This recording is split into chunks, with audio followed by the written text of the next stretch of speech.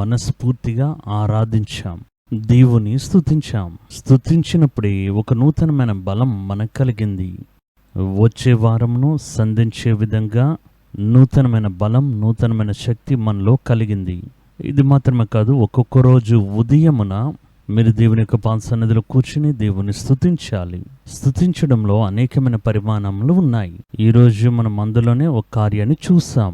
దేవుని యొక్క మహత్వాలు చెప్పి స్తుతించడం, దేవుని యొక్క గుణాతిశయాలు చెప్పి స్తుతించడం, దేవుడి యొక్క చేతి క్రియలు చెప్పి స్తుతించడం, దేవుడు మనకు చేసిన మేలులను, అతిశయమైన క్రియలను చెప్పి స్తుతించడం, మన యొక్క సొంత జీవితంలో దేవుడు చేసిన కార్యాలను జ్ఞాపకం చేసుకుని స్తుతించడం అని అనేక పరిమాణములు ఉన్నాయి. దావీదు యొక్క కీర్తన గ్రంథంలో మీరు చూస్తే ఇందులో అనేక పరిమాణములను, అలాగే దేవుని ఏ విధంగా స్తుతించారు అనే దానికి ఆ యొక్క భాగములు మనకు చెప్తూ ఉన్నాయి. ఈరోజు మనం చూస్తుంది మన చుట్టూ దేవుని యొక్క చేతి యొక్క సృష్టి, దాని యొక్క గొప్పతనం, దాని యొక్క అందం, దాని యొక్క క్రియలు, దాని యొక్క కార్యములు, అందులో దేవుడు పెట్టి ఉన్న ఒక క్రమం, ఆ క్రమం ఇవన్నిటినీ మనం నిదానించి చూసి దేవుడు ఎంత గొప్పవారని మనం దేవుని స్తుతిస్తున్నాం. మన యొక్క స్తుతులు అర్థము కలిగినగా ఉండేటప్పుడు అది నిజముగా ఆత్మ సంబంధమైన నూతన బలమును మనకి తీసుకుని వస్తుంది. మన మనసుకి సరిపోని స్థుతులు మనం చెల్లించేటప్పుడు మనం వేరుగా ఆ యొక్క స్థుతి అనేది వేరైపోతూ ఉంటుంది. అది స్థుతికి మాత్రమే కాదు, ప్రార్థనకి, ధ్యానానికి కూడా అలానే. మన మనస్సును దేనిలో పెట్టి దేవుడి యొక్క కార్యాలు చేస్తూ ఉంటాము. అప్పుడే దాని యొక్క పరిపూర్ణమైన ఆశీర్వాదములను, పరిపూర్ణమైన శక్తిని, పరిపూర్ణమైన వాగ్దానం యొక్క బలమును మనము పొందుకోగలము. సరే, ఇప్పుడు స్తుతించాం. దానితో పాటు మనం ఇప్పుడు కొన్ని ముఖ్యమైన కార్యాల గురించి దేవుని దగ్గర ప్రార్థన చేయబోతున్నాం. ఈరోజు మనం దేనికి ప్రార్థన చేయబోతున్నామంటే దేశం యొక్క కాపుదల గురించి మనం ప్రార్థన చేయబోతున్నాం. దేశంకి ఏం జరిగింది అని మీరు అడుగుతారు. దేశానికి ఎందుకు కాపుదల కావాలి? ఈ యొక్క అంత్య దినాల్లో దేశం మీద వచ్చే కీడులు 1, 2 కాదు. మన దేశంలో, భారతదేశంలో ముఖ్యంగా మీరు చూసినట్లయితే మన చుట్టూ జరుగుతున్న అనేక సంఘటనలు మనకి భయాన్ని కలుగజేస్తూ ఉన్నాయి. ఒక 20 సంవత్సరాలకి ముందుగా ఉన్నటువంటి పరిస్థితి ఇప్పుడు లేదు. ఒక మనుషుడు బయటికి వెళ్ళి లోపలికి వస్తేనే నిశ్చయిత అనేది ఉంది. ఒకవేళ తమిళనాడులో, లేకపోతే కేరళలో, ఆంధ్రాలో, లేకపోతే కర్ణాటకలో, మన భారతదేశం యొక్క దక్షిణ ప్రాంతంలో అధికంగా ఇటువంటి సమాచారాలు మనం వినడానికి అవకాశం లేకపోయినా ఈశాన్య ప్రాంతాల్లో చాలా కఠినమైన కార్యాలు బహిరంగంగా జరగడం మనం చూస్తూ ఉన్నాం. న్యూస్ పేపర్లో, అలాగే న్యూస్ ఛానల్లో మనం చూసేటప్పుడు చూసే దృశ్యాలు మనకి భయాన్ని కలుగజేస్తున్నాయి. వీధిలో ఓపెన్గా ఒకరిని కొడుతున్నారు, ఒక స్త్రీని మానభంగం చేస్తున్నారు. పక్కనే ఉండేవారు ఏ ఒక్కరు అడగలేకపోతున్నారు. ఏం జరుగుతుందనే విషయం మనకేంటి అర్థం కావట్లేదు. వారు దేశభక్తి అనే పేరున, మతం మీద ఉన్న భక్తి అనే పేరున, వారి యొక్క కులం, అలాగే జాతి యొక్క గర్వం వల్ల, రాజకీయాల యొక్క ప్రలోభాల వల్ల ఒక్కొక్క కార్యంలో కూడా విడిపించబడిన వారుగా, వారు వేరే లోకంలో జీవిస్తున్నట్టుగా జీవిస్తూ తోటి మనుషునికి కష్టాన్ని కలుగు చేయడం అలవాటుగా పెట్టుకున్నారు ఈ దినాల్లో. ఒకవేళ వారి యొక్క స్వంత లాభం నిమిత్తం పరిపాలన ఉండేవారు, లేకపోతే అధికారంలో ఉన్నవారు, జాత్యాకారం నింపబడిన వారు, మతద్వేషంతో నింపబడిన వారు మనుషుల యొక్క హృదయాల్లో ద్వేషాన్ని కలపవచ్చు. కానీ వారు ఎంత మటుకు చెప్పినా అది విని మనకు బుద్ధి ఎక్కడికి వెళ్తుందండి? ఒక కార్యాన్ని బట్టి చెప్తున్నాడు, అది మనం అంగీకరించి అక్కడ ఒక కలవరాన్ని మనం సృష్టిస్తూ ఉన్నాం. చూడండి, ఒక ఊరే 2 వర్గాలకు విడిపోతుంది. జీవనోపాధి బాధింపబడుతూ ఉంది. సమాధానం మొత్తం అణిచివేయబడుతుంది. ఆ స్థలం అంతా ఒక శ్మశానం వలె మారిపోతూ ఉంది. మణిపూర్లో చూసాం కదా, ఎటువంటి హృదయ విదారక సంఘటనలు జరగడం చూసాం. మనుషుల్లో ఉన్న మృగము విడిపించబడిన స్థితిలో వారు మనసుకి నచ్చినట్టుగా చేయడానికి వారు అక్కడికి వెళ్ళారు. అలాగైతే అక్కడ చట్టం ఏముంది? ఒక క్రమం అంటే ఎక్కడుంది? అప్పుడు ఈ దినాల్లో దేశం యొక్క కాపుదల ఒక ప్రశ్నార్థకంగా మార్చివేసి ఉన్నారు. సమీపంలో చూడండి, స్పెయిన్ దేశం నుండి భారతదేశానికి పర్యాటకులుగా వచ్చిన వారు దంపతులు అనేక దేశాలకి వెళ్ళిన వారు. అనేక దేశాలకు వెళ్ళి వారు అక్కడ పర్యటించి ఆ దేశంలో యొక్క ఆచారములు, ఆ దేశంలో యొక్క గర్వం, ఆ దేశంలో యొక్క ఆహారపు అలవాట్లు, ఇటువంటి కార్యాలను యూట్యూబ్లో చూపిస్తూ ఉండేవారు. ఆ దంపతులు భారతదేశానికి వచ్చినప్పుడు చాలా తప్పైన మనుషుల మూలంగా వారు మానభంగం చేయబడి హత్య చేస్తామని బెదిరించారు, కానీ తప్పించబడ్డారు. హత్య చేస్తామని బెదిరించి వారి యొక్క భార్యను వారంత తప్పుగా నడుచుకొని చేతిలో ఉన్న డబ్బులన్నీ లాక్కొని ఏ గతి లేకుండా నిలబడ్డారు. అప్పుడు ఇటువంటి నేరస్తులు అధికమవుతూ ఉంటుండగా ఒక కఠినమైన పరిస్థితిని మనం చూడగలుగుతూ ఉన్నాం. ఇది లోకమంతటిలో భారతదేశంలో ఒక అవమానాన్ని తీసుకుని వచ్చింది, తలదించుకునే స్థితిని కలుగజేసింది. అనేక ప్రపంచ దేశాలు భారతదేశం వెళ్ళడం మీకు అది కాపుదల కాదు అని చెప్పి వారి యొక్క ప్రజలకు హెచ్చరిక చేసే యొక్క సమాచారాన్ని కూడా మనం విని ఉన్నాం. అప్పుడు మన యొక్క దేశంలో కాపుదల అనేది తిరిగి రావాలి, ఒక సమాధానం తిరిగి రావాలి, దేశం మీద దేశ నివాసులైన మనకి ఒక నమ్మిక అనేది రావాలి. కాబట్టి మనం ఏం చేయాలంటే దేశం యొక్క కాపుదల గురించి దేవుని చూసి మనం ప్రార్థన చేయాలి. వాక్యం ఏం చెప్తుందంటే వారిని కాపాడిన యొక్క కాపుదల యొక్క మేఘం వారి నుండి తొలగిపోయినప్పుడు దేశంలో కఠినమైన కార్యాలు, దేశం మీద అనేక విధాలైన యొక్క కీడులు జరిగాయని రాయబడింది. ఒకవేళ దేవుని యొక్క మేఘం మన యొక్క భారతదేశం మీద కాపాడే మేఘంగా ఉండాలది. ఆ మేఘం ఎప్పుడు తొలగిపోతుందో ఒకసారి చూడండి. మనుషులు వారి ఇష్టానుసారంగా నడిచి మనుషులు దేవునికి విరోధమైన పాపాలు చేసినప్పుడు దేవుడు ఆ దేశం మీద ఉంచిన ఆ కాపుదల యొక్క ఆ వృత్తాన్ని తీసివేస్తున్నారు. దేశం కొంచెం కొంచెంగా మలినపరచబడ్డం మనం చూస్తున్నాం. ఇది ఒకవైపు. ఇంకొక వైపు చూసినట్లయితే ఇతర దేశములు మన యొక్క భారతదేశం మీద, ముఖ్యంగా ఒక చైనా దేశం, పక్కనే ఉన్న వేరే దేశాలుగా చెప్పబడుతున్న ఆఫ్ఘనిస్తాన్, పాకిస్తాన్ వంటి దేశాలు కూడా ఎల్లల్లో ఉండే ఆ యొక్క భాగాలను కొద్ది కొద్దిగా ఆక్రమించడానికి ప్రయత్నం చేస్తూ వస్తున్నాయి. అనేక మైళ్ళ దూరం వారి యొక్క ఆయుధాలు, వారి యొక్క మనుషులు భారతదేశంలో ప్రవేశించినట్లుగా చెప్తున్నారు. ఇవన్నీ తెలుసుకుని వాటి మీద ఎటువంటి నడవడిక తీసుకోకుండా దేశం యొక్క చివరి భాగాలను, సరిహద్దులను కోల్పోతూ వస్తున్నాం. దేవుడు దేశం యొక్క సరిహద్దుల చుట్టూ కాపాడే కంచెను వేసి దేశమును కాపాడాలి. దాని నిమిత్తం దేవుని యొక్క సన్నిధానంలో మనం ప్రార్థన చేయాలి. దేశం యొక్క కాపుదలను ప్రశ్నార్థకంగా మారుస్తున్న మనుష్యులు వారు మారు మనసు పొందుకునే విధంగా ప్రార్థన చేయాలి. చట్టం ఇంకను క్రమశిక్షణ కలిగిన కఠినంగా మార్చబడాలి. మనుషులను దేని బట్టి ప్రేరేపిస్తున్నారు? మత ద్వేషాన్ని వారిలో పెట్టి ప్రేరేపిస్తున్నారు, లేకపోతే జాతి అనే వర్గాన్ని కలుగజేసి ప్రేరేపిస్తున్నారు. వీరందరూ తక్కువ కులంలో పుట్టిన వారు, వీరిని కొట్టవచ్చు, చంపవచ్చు, నరకవచ్చు, ఎవరు ప్రశ్నించలేరని చెప్పి జాత్యహంకారంతో కార్యములు జరుగుతున్నాయి. ఇవన్నీ మారి ఒక కాపుదల రావాలి. మూడవ కాపుదల దేవుని యొక్క బిడ్డలకు. అనేక స్థలాల్లో, ముఖ్యంగా నార్త్ ఇండియాలో చూస్తే ప్రతిదినం ఒక 10 సంఘటనలైనా సరే దేవాలయములను పడగొట్టడం, దేవుని యొక్క బిడ్డలను పారద్రోలడం, సేవకులను కొట్టి నలగొట్టడం, ఇవన్నీ జరుగుతున్నాయి. అవన్నీ పట్టింపే లేకుండా చేస్తున్నారు. ఫోన్ పెట్టుకుని వారి ముఖాలు చూపిస్తూనే చేస్తున్నారు, నేనే కొట్టానని. ఇక్కడ చట్టం ఏమవుతుందో మనకి తెలియట్లేదు. ఈ దేశంలో ఉండేవారు ఒకవేళ మతం బట్టే మనం వేరు వేరు మతాలను వెంబడిస్తున్నాం తప్పించి మనమందరం భారతీయులమై, వారు ముస్లింలైనా, క్రైస్తవులైనా, బుద్ధ మతాన్ని వెంబడిస్తున్న వారైనా భారతదేశంలో పుట్టిన వారే. మనం భారతదేశం యొక్క పౌరసత్వాన్ని కలిగి ఉన్నవారం. అప్పుడు భారతదేశంలో ఉన్న మనము భారతీయులుగానే పిలువబడుతూ ఉన్నాం. ఇది ఒక జాతి వారికి సంబంధించింది కాదని మనం అర్థం చేసుకోవాలి. ఈ మట్టిలో పుట్టి ఉన్నాం, ఈ మట్టిలోనే జీవిస్తూ ఉన్నాం. అందువల్ల హక్కులని పట్టించుకోకుండా వారి మీద కఠినమైన దాడులు చేస్తూ ఉన్నారు. సమీపంగా నేను చూశాను, ఒక దైవజనుడు, దేవుని యొక్క పనిచేసే సేవకుడు ఆయన సంఘంలోకి ప్రవేశించి మధ్యరాత్రిలో అతను కొట్టి, తలని విర్రగొట్టి, ముక్కును విర్రగొట్టి, రక్తం వల్ల కళ్ళు తెరవలేక హాస్పిటల్లో ముక్కులో ట్యూబ్లను పెట్టి పడుకోబెట్టారు. ఇటువంటి పరిస్థితులన్నీ మార్చబడాలి. దేశం సమాధానంతోనే ఉంటేనే దేశం అనేది ముందడుగు వేస్తూ వెళ్ళగలుగుతుంది. మనకందరూ అవసరమే, లేకపోతే దేశం యొక్క ఆర్థిక కార్యాలు పాడైపోతాయి. కాబట్టి దేశం యొక్క కాపుదల గురించి మనం ప్రార్థన చేద్దాం. దాని తర్వాత మీ కుటుంబ కాపుదల గురించి మనం దేవుని యొక్క పాద సన్నిధిలో ప్రార్థన చేయబోతున్నాం. రండి, ఇప్పుడు మనం మొదట మన యొక్క దేశమును దేవుడి యొక్క కరములో అప్పగిస్తూ, దేవుడు మన యొక్క దేశాన్ని కాపాడే విధంగా, దేశం యొక్క సరిహద్దుల్లో దేవుడు సమాధానం ఇచ్చినట్లుగా, మనుషుల మధ్యలో సహోదరత్వాన్ని దేవుడు ఇచ్చినట్లుగా మత ద్వేషములన్నీ మార్చి విడదీసే ఆత్మలు దేవుడు పారద్రోలినట్టుగా దేవుడి యొక్క చేతులు అప్పగిస్తూ ప్రార్థన చేయబోతున్నాం. అందరూ కళ్ళు మూసుకోండి. దేశమును మీ యొక్క కళ్ళు ఎదుటిగా తీసుకునండి.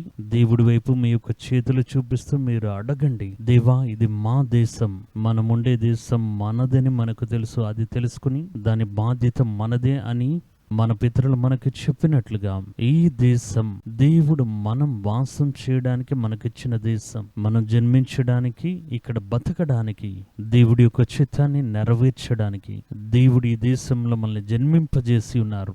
ఈ దేశంలో దేవుడు మనకి స్థలాలు, ఇల్లు ఇచ్చి ఉన్నారు. ఈ దేశంలో దేవుడు బంధుత్వాలను ఏర్పరిచి ఇచ్చి ఉన్నారు. ఈ దేశం యొక్క చదువులను మనం నేర్చుకుని ఉన్నాం. ఈ దేశం యొక్క పౌరులుగా మనం నివాసం ఉంటూ ఉన్నాం. ఈ దేశం గురించి బాధపడే రీతిలో మీరు మాకు ఇచ్చిన అధికారాన్ని బట్టి మీకు స్తోత్రం. దేవా, మేము దేశం గురించి బాధపడుతూ ఉన్నాం. దేశంను కొద్ది కొద్దిగా హరించి వేస్తున్న చాలా ఆపదకరమైన భావోద్వేగాలు, మనుషులు ప్రేరేపించబడుతున్న విడదీసే భావనలు, ఆ శక్తి మా దేశమును ముక్కలు ముక్కలు చేయడం మేము చూస్తూ ఉన్నాం. మతం పేరును బట్టి, దేవా, వర్ణము పేరును బట్టి, భాషను బట్టి, నేను ఈ జాతి ఆ జాతి అని చెప్పి జాతి విద్వేషం బట్టి ఈ కార్యాల చేత ప్రజలు కొట్టుకోవడం మేము చూస్తూ ఉన్నాం. ప్రతిదినం దేవా, ఏమి ఎరుగని ప్రజల యొక్క రక్తం చిందించబడదని చూస్తూ ఉన్నాం. దాన్ని అడిగిన వాడు లేడు, దాన్ని గమనించేవాడు లేడు, వారిని దండల్లోకి తీసుకుని వెళ్ళేవారు కూడా లేరు. దేవా, ఏదో వదిలివేసినటువంటి పరిస్థితి వలె ఈ కఠినమైన కార్యాలు, భయానక ఆత్మల యొక్క సంచారం, భయానకమైన క్రియలు మా దేశంలో పట్టపగలే కార్యాలు నెరవేర్చబడ్డం మేము చూస్తూ ఉన్నాం. దేవా, ఎటువంటి పాపం మెరుగని స్త్రీలు, ఎటువంటి పాపం మెరుగని చిన్నారులు, ఎటువంటి పాపం మెరుగని యవ్వనస్తులు, దేవా, వయోవృద్ధులు, వారి యొక్క జీవనోపాధి కార్యాలు అన్నీ బాధించబడ్డం, దేశం ఒక భయంకరమైన పరిస్థితుల్లోకి, దేవా, ప్రజల్లోకి ఒక సమాధానమే లేని కార్యమును బట్టి, ఒక విడదీసే ఆత్మను బట్టి బంధించబడి ఉండడం మేము చూస్తూ ఉన్నాం. దీని వల్ల జీవనోపాధి బాధింపబడ్డం చూస్తూ ఉన్నాం. ఈ లోకమంతటిలో భారతదేశం యొక్క పేరు అవమానపరచబడ్డం మేము చూస్తున్నాం. దేవా, భారతదేశంలో మేము మా యొక్క పనులు ఆరంభించడానికి, మేము సమాధానంగా వచ్చి వెళ్ళడానికి ఒక మంచి పరిస్థితి లేదు అని లోకంలో ఉండే దేశాలని భయపడే విధంగా భారతదేశంలో భయానకమైన స్థితులు జరగడం మేము చూస్తూ ఉన్నాం. దేవుని యొక్క నామమును బట్టి దేవా, మా దేశంలో సమాధానాన్ని తిరిగి తీసుకునండి. దేవా, మా దేశం నుండి వేర్పాటు వేద శక్తులను, వేర్పాటు వేద ఆలోచనలను దేవుని యొక్క నామం లయపరుస్తున్నాం. దేవా, మనుషునికి మనుషుని మధ్యలో వారిని వేరు చేసి మనుషుల యొక్క రక్తం ద్వారా దాహార్తి తీర్చుకుంటున్నా చీలిక కలుగు చేసే శక్తులు, చీలిక చేసే ఆత్మలు, చీలిక చేసే సాతాను యొక్క క్రియలు యేసు నామమున భారతదేశంలో లయపరచబడునుగాక. మతం పేరున ఒక ద్వేషం, వర్ణం పేరు మీద ఒక ద్వేషం, దేవా మీకు స్తోత్రం, దేవా మీకు స్తోత్రం. మీ పిల్లలను వారిలో ఇటువంటి ద్వేషపూరిత భావాలు తీసుకుని వస్తున్నా దురాత్మలను యేసు నామమున శపిస్తున్నాను. వాటి యొక్క క్రియలు లయపరుస్తున్నాం. దేవా, దేవుడి యొక్క కరం దేశం మీద అద్భుతంగా దిగి రావాలి. మా దేశం కోల్పోయిన ఖ్యాతిని తిరిగి తీసుకుని వచ్చే విధంగా మేము ప్రార్థన చేస్తున్నాం. ఓ కాపుదలను అనుగ్రహించండి దేవా. పేదవారికి ఒక కాపుదల అనుగ్రహించండి. పేదరికలో ఉన్న వారందరికీ ఒక కాపుదల అనుగ్రహించండి. మా దేశంలో ఉండే స్త్రీలకు, పిల్లలకు కాపుదల అనుగ్రహించండి. చిన్న బిడ్డలకు, యవ్వనస్తులకు, బలహీనులకు ఒక కాపుదల అనుగ్రహించండి. దేవుడి యొక్క కరంలో మా దేశమును అప్పగిస్తూ ఉన్నాం. దేశమును ముక్కలు చేసి దాన్ని బలహీనపరచాలనుకునే ప్రతి దుష్ట మనుషుల యొక్క క్రియలను, సాతాను యొక్క సకల తంత్రములను యేసు నామమున లయపరచబడే విధంగా ప్రార్థన చేస్తున్నా. ప్రభువా, దేశం మీద కనుదృష్టి పెట్టండి. దీని ఎల్లని మీరు ప్రేమిస్తున్నారు. మా దేశం మీకు ఒక ప్రియమైన దేశం కాబట్టి మీతో పాటు ఉంటూ పరిచర్య చేసిన మీ శిష్యుని దేశమునకు పంపి ఉన్నారు. దేవుని యొక్క కరం ఈ యొక్క దేశమును చూడాలి. దేశం యొక్క ఎల్లలో సమాధానం కలగాలి. బయట దేశాల మూలంగా ఎటువంటి బాధింపు రాకుండానట్లు దేశం యొక్క ఎల్లను దేవుడు తన దూతల మూలంగా పాలెంలో దించి కాపుదల ఇవ్వమని ప్రార్థన చేస్తున్నా. డబ్బులు నిమిత్తం పనిచేసి దేశమును అప్పగించే ఎటువంటి దుష్ట శక్తులైనా, అధికారములైన యేసు నామమున లయపరచబడునుగాక, లయపరచబడునుగాక. ఒక పరిపూర్ణమైన కాపుదలను ఇచ్చి దేవా, మీరు మా దేశంను నడిపించండి. ఇప్పుడు మేము మా కుటుంబం నిమిత్తం వస్తూ ఉన్నాం. మా కుటుంబాలను మీరు కాపాడండి. మా కుటుంబాల మీద మీరు నీడగా బలముగా ఉండండి. మా కుటుంబాలను కాపాడే మేఘం మా కుటుంబం చుట్టూ అగ్ని గోడ వలె దిగివచ్చును గాక. మా కుటుంబంలో ఉన్న వయోవృద్ధులను మీరు కాపాడండి. దేవా, మరణములో నుండి, వ్యాధుల్లో నుండి, అంటువ్యాధి క్రిముల నుండి మా ఎల్లలను పరామర్శించి మీరు కాపాడండి. దుర్మరణములు, ఆకస్మిక మరణములు, విపత్తులు, వీటన్నిటి నుండి మా యొక్క కుటుంబాలని దేవుడు పరామర్శించి మీరు కాపాడండి. పని నిమిత్తమైన, వేరే కార్యాల నిమిత్తమైన మా కుటుంబస్థులు బయటికి బయలుదేరేటప్పుడు మళ్ళీ తిరిగి ఇంటికి వచ్చేంత వరకు దేవా, మీరు వారికి ప్రక్కబలముగా ఉండి మీ యొక్క పరిశుద్ధ దూతలను పాలెములోకి దించి సుఖభద్రముగా వారిని తీసుకుని రావాలి. తండ్రి, పగటి వేళ ఎండైనను రాత్రి వెన్నెలైను వారికి హాని కలిగించుకున్నట్లు ప్రభువా, మీరు మీ యొక్క కర్మలో భద్రపరుచుకుని వారిని కాపాడండి. మీ కాపుదల తప్పించి వేరే కాపుదలే మాకు లేదని విషయం మాకు తెలుసు.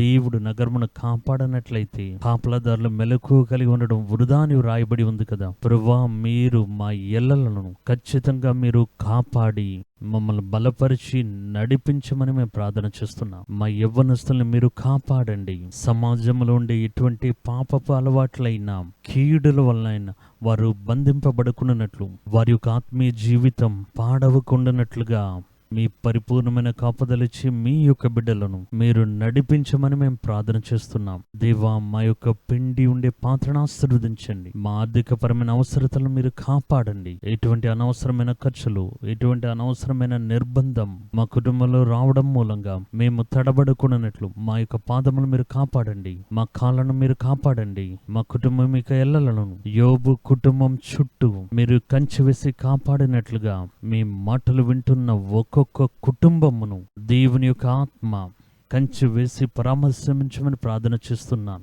ఒక్కొక్క కుటుంబం మీద దేవుని యొక్క ప్రసన్నత దిగి వచ్చునుగాక. కుటుంబంలో ఉన్న ఒక్కొక్క పెద్దవారి మీద, కుటుంబాన్ని నడిపిస్తున్న వారి మీద, మా కుటుంబంలో ఉన్న యవ్వనస్తుల మీద, ఆడపిల్లల మీద, చిన్న బిడ్డల మీద దేవుని యొక్క కాపుదల వలయం, యేసు రక్తం యొక్క కాపుదల, దేవుని రెక్కల కాపుదల ఇప్పుడు దిగి వచ్చి వారిని కమ్ముకొనమని ప్రార్థన చేస్తున్నాం. ఈ వారం మాత్రమే కాదు, వారి యొక్క జీవితంలో ఒక్కొక్క భాగమును, ఒక్కొక్క నిమిషమును దేవుడి యొక్క కరము కాపాడి నడిపించాలని ప్రార్థన చేస్తున్నాం. యేసు యొక్క కరములు ఈ కుటుంబాలు ఒక్కొక్కరిని అప్పగిస్తూ ప్రార్థన చేస్తున్నాం. ఎటువంటి నష్టము లేకుండా దేవుడు వారిని సరైన రీతిలో నడిపించినట్లుగా దేవుని యొక్క పరిశుద్ధ పాదములు పట్టుకుని వేడుకుంటున్నాం. మా ప్రార్థనలు వినండి, మా విన్నపములకు జవాబు ఇవ్వండి. మా విన్నపముల ప్రకారం దానికంటే అధికముగా మీ కృపలను మీరు బయలుపరచండి. యేసు యొక్క కర్మలు అన్నిటినీ సమర్పిస్తూ ప్రార్థన చేస్తున్నాం మా తండ్రి, ఆమెన్. దేవుని యొక్క కర్మలో మన యొక్క కుటుంబాన్ని, మనం నివాసం ఉంటున్న దేశమును సమర్పించుకుని మనం ప్రార్థన చేసి ఉన్నాం. దేవుడే మనకు కాపుదల ఇచ్చి తన యొక్క పరిపూర్ణ బలంతో నింపి మన మార్గంలో తన యొక్క దూతలను పెట్టి మన యొక్క పాదములకు రాళ్ళు తగిలి తడబడకుండా మనల్ని దేవుడు తీసుకుని వెళ్ళాలి, నడిపించాలి. అందునిమిత్తమే ఈ ప్రార్థన చేసి ఉన్నాం. దేవుడు ఇంకను మిమ్మల్ని కాపాడి నడిపిస్తారు. ఆమెన్.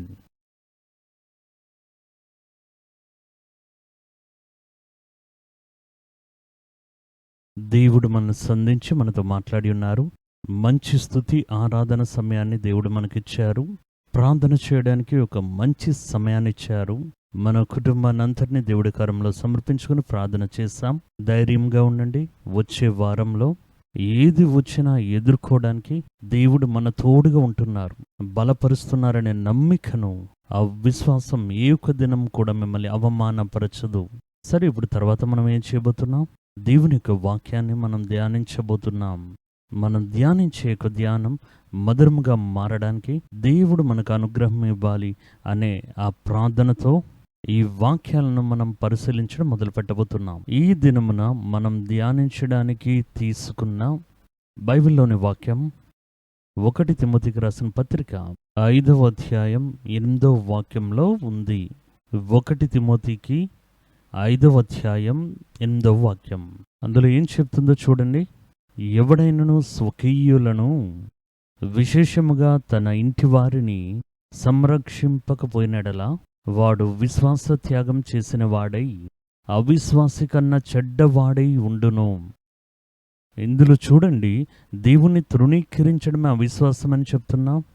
దేవుని యందు విశ్వాసం లేకుండా పోవడమే కదా అవిశ్వాసం అని చెప్తున్నాం. యేసు నాకెవరో తెలియదని చెప్పడమే తృణీకరించడం అని చెప్తూ ఉన్నాం. అదే నాన్న పేతురు చేసింది చూడండి. ఆయన అక్కడ చలి కాచుకునే స్థలంలో ఉండేటప్పుడు యేసు నాకు తెలియదని శపించడం, సత్యం చేయడం మొదలుపెట్టాడు కదా. లేకపోతే దేవుని నుండి వెనకడుగు వేయడమే తృణీకరించడం అంటున్నాం. కానీ ఈ స్థలంలో వేరే ఒక తృణీకరించడం గురించి, అవిశ్వాసం గురించి చెప్పబడుతూ ఉంది. ఇది దేవుని యొక్క బిడ్డలకి చెప్పబడిన వాక్యంలో ఉండే ఒక సత్యం. అందులో ఏం చెప్తున్నారు అంటే, ఒకడు తన యొక్క స్వంత ప్రజలను, విశేషముగా తన స్వంత తన ఇంటి వారిని విచారించకుండా పోయినట్లయితే, ఒకడు విచారించలేదు అంటే వాడు విశ్వాసాన్ని తృణీకరించిన వాడు. కుటుంబాన్ని విచారించడానికి విశ్వాసానికి ఏంటి సంబంధం ఉంది. అది దేవుడిచ్చిన ఒక కుటుంబం. ఇక్కడ అదే నేను చెప్పాలనుకుంటూ ఉన్నాను. మనం కొన్ని సందర్భాల్లో పైన కొన్ని అభిప్రాయాలు కలిగి ఉంటాం. తృణీకరించడం అంటే ఏంటి అని అడిగితే మీరేం చెప్తారు? యేసు నాకు తెలియదని చెప్పే పరిస్థితిలో శత్రుల సమయంలో పట్టుకుని యేసుని తృణీకరిస్తున్నానని చెప్పు, ఆయన నాకు తెలియదని చెప్పు, ఆయన దేవుడు కాదని చెప్పు. ప్రాణ భయంతో వాడు తృణీకరిస్తూ ఉన్నాడు. నాకు ఆయన తెలియదు, నన్ను వదిలివేయండి, యేసు నిజమైన దేవుడా కాదు. ఇదే తృణీకరించడం అని అంటాం. కొంతమందిని మీరు చూస్తే లోకానుసారమైన లాభం నిమిత్తం యేసుని తృణీకరించిన వారిని చూస్తున్నాం. ఒక ఉద్యోగం నిమిత్తం వారి యొక్క పేరును కూడా మార్చుకుని, మతాన్ని కూడా మార్చుకుని వారు ఉద్యోగంలో చేరడం మనం చూస్తున్నాం. ఇవన్నీ యేసుని తృణీకరించడం అనే ఒక లెక్కలోకి వస్తాయి. మనకు తెలియని ఒక లెక్క ఉంది, అదే ఈ వాక్యం చెప్తుంది. మనకు తెలియని ఒక తృణీకరింపు ఉంది. తృణీకరింపు అనగానే మనం వెంటనే అదే కదా మనం చెప్తాం. సూక్ష్మంగా ఇంకొక తృణీకరింపును వాక్యం చెప్తూ ఉంది. మీ ఇంటి వారిని సంరక్షింపకపోయినట్లయితే అది మీరు విశ్వాసాన్ని తృణీకరించడానికి సమానం. విశ్వాసాన్ని తృణీకరించడమే ఇది మాత్రమే కాదు, వాడు అవిశ్వాసి కన్నా చెడ్డవాడై ఉండును. ఎవరింటిని పట్టించుకోకపోతే ఆవిడ ఇంటిని విచారించడం దేవునికి పని చేసే విధంగా ఉంటుంది. దేవుని యొక్క బిడ్డలు, దేవుడు వారికి ఇచ్చిన కుటుంబమును, వారి యొక్క పిల్లలను విచారించి, గమనించి ప్రేమ చూపించాలి. కొంతమంది మేము పరిచర్యను వెళ్ళడం బట్టి కుటుంబాన్ని గురించి మేము ఆలోచించట్లేదు బ్రదర్ అంటారు. అదేదో ఒక త్యాగంలాగా చెప్తారు. నేనైతే దాన్ని ఒక త్యాగంగా చెప్పను. బైబిల్ కూడా దాన్ని ఒక త్యాగం అని చెప్పదు. మీరు కుటుంబాన్ని పట్టించుకోకుండా పోతే, మేము పరిచర్య మీద అంత అక్కర కలిగి ఉండడం బట్టి కుటుంబాన్ని గురించి మేము ఆలోచించట్లేదు, కుటుంబాన్ని గురించి మేము కలత చెందట్లేదు అలాగని మీరు చెప్తే, బైబిల్ ఏం చెప్తుందంటే మీరు విశ్వాసాన్ని తృణీకరించేవారు. కుటుంబం గురించి ఆలోచించడానికి మా సమయం లేదండి, మాకు అంత పరిచర్య చెప్తే మీరు నా వలే కుటుంబమే వద్దనుకుని ఉండాలి. ఒక కుటుంబాన్ని మీరు కట్టి, ఒక కుటుంబంలో పిల్లల్ని కని, ఒక కుటుంబంగా మిమ్మల్ని దేవుడించినట్లయితే మీరు ఆ కుటుంబాన్ని ప్రేమించాలి, ఆ కుటుంబాన్ని విచారించాలి. విచారించకుండా పోయినట్లయితే మీ యొక్క దృష్టిలో ఈరోజు కొంతమందికి నేర్పించినట్లుగా అది త్యాగం వలె మనకు కనిపిస్తుంది. కానీ వాక్యం ఏం చెప్తుంది? అది విశ్వాసాన్ని తృణీకరించడం అని చెప్తుంది.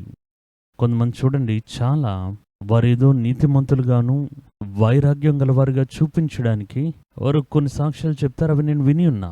నా భార్య మరణ పడక మీద ఉంది, డాక్టర్ అంతే ఆమె మరణిస్తుంది అని చెప్తున్నారు. మేము క్రీస్తుని అంగీకరించడం బట్టి, ఒక సేవకుడి యొక్క సాక్ష్యం, మేము క్రీస్తుని అంగీకరించడం బట్టి నా భార్య తరపున్నవారు, నా తరపునున్నవారు అందరూ మమ్మల్ని వ్యతిరేకించారు. మేము పరిచర్య నిమిత్తం వేరే ఒక స్థలంలోకి వచ్చి మేము ఇక్కడ నివాసం ఉంటున్నాం. నా భార్యకి అకస్మాత్తుగా అస్వస్థత కలిగి హాస్పిటల్ యొక్క బెడ్లో పడుకునుంది. మరణం యొక్క సమయం, డాక్టర్లు ఏ సమయంలో ఏదైనా జరగవచ్చని చెప్తూ ఉన్నారు. నేను తర్వాత దినం ఒక స్థలంలో పరిచర్యకు వెళ్ళాలి. నేను ఆలోచించాను, భార్య దేవుడా, దేవుని యొక్క పరిచర్య నేను ఆలోచించా. ఏది ఏమైనా పర్వాలేదు అని చెప్పి దేవుడు చూసుకుంటారని చెప్పి నేను పరిచర్యకు బయలుదేరి వెళ్ళాను. నేను తిరిగి రావడానికి ముందుగానే నా భార్య మరణించింది. వెంటనే ప్రజలందరూ అయ్యో ఎంత గొప్ప సేవకుడు, ఎంత గొప్ప త్యాగం చేశారని చెప్పారు. మీరు దేవుడి యొక్క కరంలోనే కదా సమర్పించుకుని వెళ్ళారు. మీరు తిరిగి రావడానికి ముందు ఎందుకు దేవుడు ఆమెని మరణానికి అప్పగించారు? ఆలోచించి చూడండి. మిమ్మల్ని నమ్ముకుని వచ్చిన ఒక భార్యను ఆమె చివరి నిమిషంలో మీ వలన ఆమె పక్కన నిలబడలేకపోయారు అంటే మీరు చేసిన పరిచర్యను ఏ విధంగా దేవుడు గణపరిచారని మీరు అనుకుంటారు? పరిచర్య అనేది మీరు లేకపోతే అది పాడైపోదు. మీరు పుట్టడానికి ముందుగానే పరిచర్య ఉంది. మీరు మరణించిన తర్వాత ఆ పరిచర్య ఉంటుంది. మీరు పరిచర్యను ఎప్పుడైనా చేయొచ్చు. కానీ భార్య ఆమె పక్కన చివరి నిమిషంలో కూడా నిలబడలేకపోయారే, సహాయం చేయలేకపోయారే. ఇదే త్యాగమని చెప్తున్నారు. ఈ దేవుడి మీద చూపించే వైరాగ్యమని చెప్తున్నారు. వాక్యం ఏం చెప్తుందంటే విశ్వాసాన్ని తృణీకరించిన వారు. ఇది నేను చెప్పలేదు, వాక్యం చెప్తుంది. అప్పుడు దేవుని యొక్క వాక్యం, దేవుడు మీకు ఇచ్చిన మీ భార్య, కుటుంబం, పిల్లల్ని మీరు ప్రేమించాలి. అలా ప్రేమించకపోతే విశ్వాసాన్ని తృణీకరించడానికి సమానం. నేను విశ్వసిస్తున్నానే, సంఘానికి వెళ్తున్నానే, నేను ఆరాధనకు వెళ్తున్నానే, కానుకనిస్తున్నానే, ఒక్కొక్క వారం ఆరాధనకి వెళ్ళేటప్పుడు విశ్వాస ప్రమాణాన్ని చెప్తున్నానని చెప్పి ఏంటి ప్రయోజనం? మీరు తృణీకరించడం అంటే యేసును మాత్రమే తృణీకరించడం అని చెప్తున్నారు కదా. యేసు నాకు తెలియదని చెప్తున్నది మాత్రమే కదా అంటున్నారు. వాక్యం ఇంకో తృణీకరించడం గురించి చెప్తుంది. తన యొక్క సొంత కుటుంబాన్ని పట్టించుకోలేని వాడు తన యొక్క విశ్వాసాన్ని తృణీకరించిన వాడని దేవుని యొక్క వాక్యం స్పష్టంగా చెప్తుంది. అది మాత్రమే కాదు, వాడి అవిశ్వాసి కన్నా చెడ్డవాడి ఉంటాడు అంటున్నారు. చూడండి, అవిశ్వాసి కన్నా చెడ్డవాడై ఉంటాడు. దేవుడికి పరిచర్య చేయండి, దేవుడికి వైరాగ్యంగా ఉండండి, దేవుడి యొక్క కార్యాలు చేయండి. కానీ దేవుడు మీకు ఇచ్చిన కుటుంబాన్ని ప్రేమించండి. కుటుంబం ఇక్కటైన సమయంలో ఉండేటప్పుడు, మిమ్మల్ని ఎదురు చూస్తూ వేచి ఉండేటప్పుడు, అది వదిలిపెట్టి మీరు వెళ్ళి ఒక పరిచర్యలో నిలబడడం దేవుడు అప్రిషియేట్ చేయరు. ఒక తల్లిగా తన యొక్క బిడ్డను భుజం మీద మోసి పెంచి ఇవన్నీ చూసినవే, అంత కష్టపడి ఇళ్లల్లో బయట పనిచేసి పెంచిన ఒక బిడ్డ, వాడు బాగా చదివి ఒక మంచి ఉద్యోగానికి వచ్చాడు, పరిచర్య చేయడానికి బయలుదేరుతున్నాడు. ఆ అమ్మగారు మరణ పడకలో ఉన్నారు. ఈయన అక్కడికి వెళ్ళి అక్కడ ప్రసంగం చేస్తూ ఉన్నాడు. మా అమ్మగారు చనిపోయే స్థితిలో ఉన్నారు. వీటన్నిటిని వదిలిపెట్టి నేను దేవుడి యొక్క నామం నిమిత్తం వచ్చి నిలబడి ఉన్నానని నేను చెప్తున్నాడు. ప్రజలందరూ ఆయనకు గొప్ప త్యాగాన్ని, గొప్పతనాన్ని, దేవుడి మీద ఆయన ఉంచిన వైరాగ్యాన్ని తలంచుకుని వారు పులకింతులవుతున్నారు. కానీ వాక్యం చెప్తుంది, తన యొక్క సొంత కుటుంబాన్ని పట్టించుకోలేని వాడు, అవిచారించడం తెలియనివాడు, వాడు బయటికి ఎటువంటి వేషం వేసినా వాడు విశ్వాసాన్ని నిరాకరించినవాడు, వాడు దేవుడి మీద ఉంచిన విశ్వాసాన్ని నిరాకరించినవాడు. వాక్యం అలానే చెప్తుంది, వాడు అవిశ్వాసి. అప్పుడు మీ కుటుంబం ఉంటే మొదటగా కుటుంబాన్ని విచారించండి. దేవుడు దాన్ని గమనించి చూస్తున్నారు. తన యొక్క సొంత కుటుంబాన్ని నడిపించడం తెలియనివాడు దేవుడి యొక్క సంఘాన్ని ఏ విధంగా నడిపిస్తారని అడుగుతున్నారు. మీరు కుటుంబాన్ని సరిగ్గా నడిపించడం తెలియకపోతే మీ చేతికి పరిచర్య ఇవ్వరు. ఆ పరిచర్యను మీరే సొంతంగా ఏర్పరచుకోవాలి. దేవుడు మిమ్మల్ని నమ్మి ఒక పరిచర్య ఇవ్వాలి అంటే, నేను వాడి నమ్మి ఇచ్చిన కుటుంబాన్ని వాడు దాన్ని సరిగ్గా నడిపించలేకపోతున్నాడే. తన సొంత కుటుంబాన్ని నడిపించడం తెలియనివాడు దేవుని యొక్క సంఘాన్ని ఏ విధంగా నడిపిస్తారని అడుగుతున్నారు. కాబట్టి దాని నిమిత్తం కుటుంబం గురించి చాలా జాగ్రత్త వహించిన వారుగా ఉండాలి.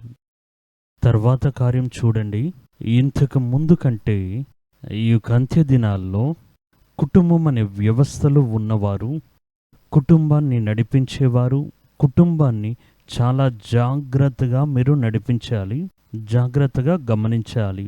ఎందుకంటే చివరి దినాల్లో సాతాను కుటుంబాలనే గురిపెడుతున్నాడు. అంత్య దినాల్లో ఉండే యొక్క సంతతిని సాతాను గురిపెడుతున్నాడు. వారి కుటుంబంలో ఉన్న పిల్లలు, మీ కుటుంబంలో ఉండే బిడ్డలు, కుటుంబంలో ఉండే యవ్వనస్తులు, ఈ కుటుంబాన్ని సాతాను గురిపెడుతున్నాడు. మీ సంతతిని గురిపెడుతూ ఉన్నాడు.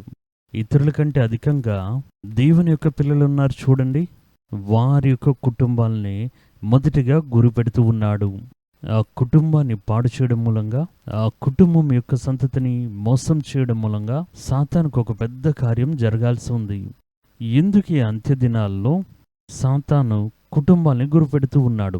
వాడొక కుటుంబంలో ఏ అవసరత ఉంది అలా అని మీరు అడిగినట్లయితే, మొదటి కార్యం, సాతాను చివరి దినాల్లో తన యొక్క పనులు చేయడానికి ఒక సంతతి వాడికి అవసరమవుతుంది.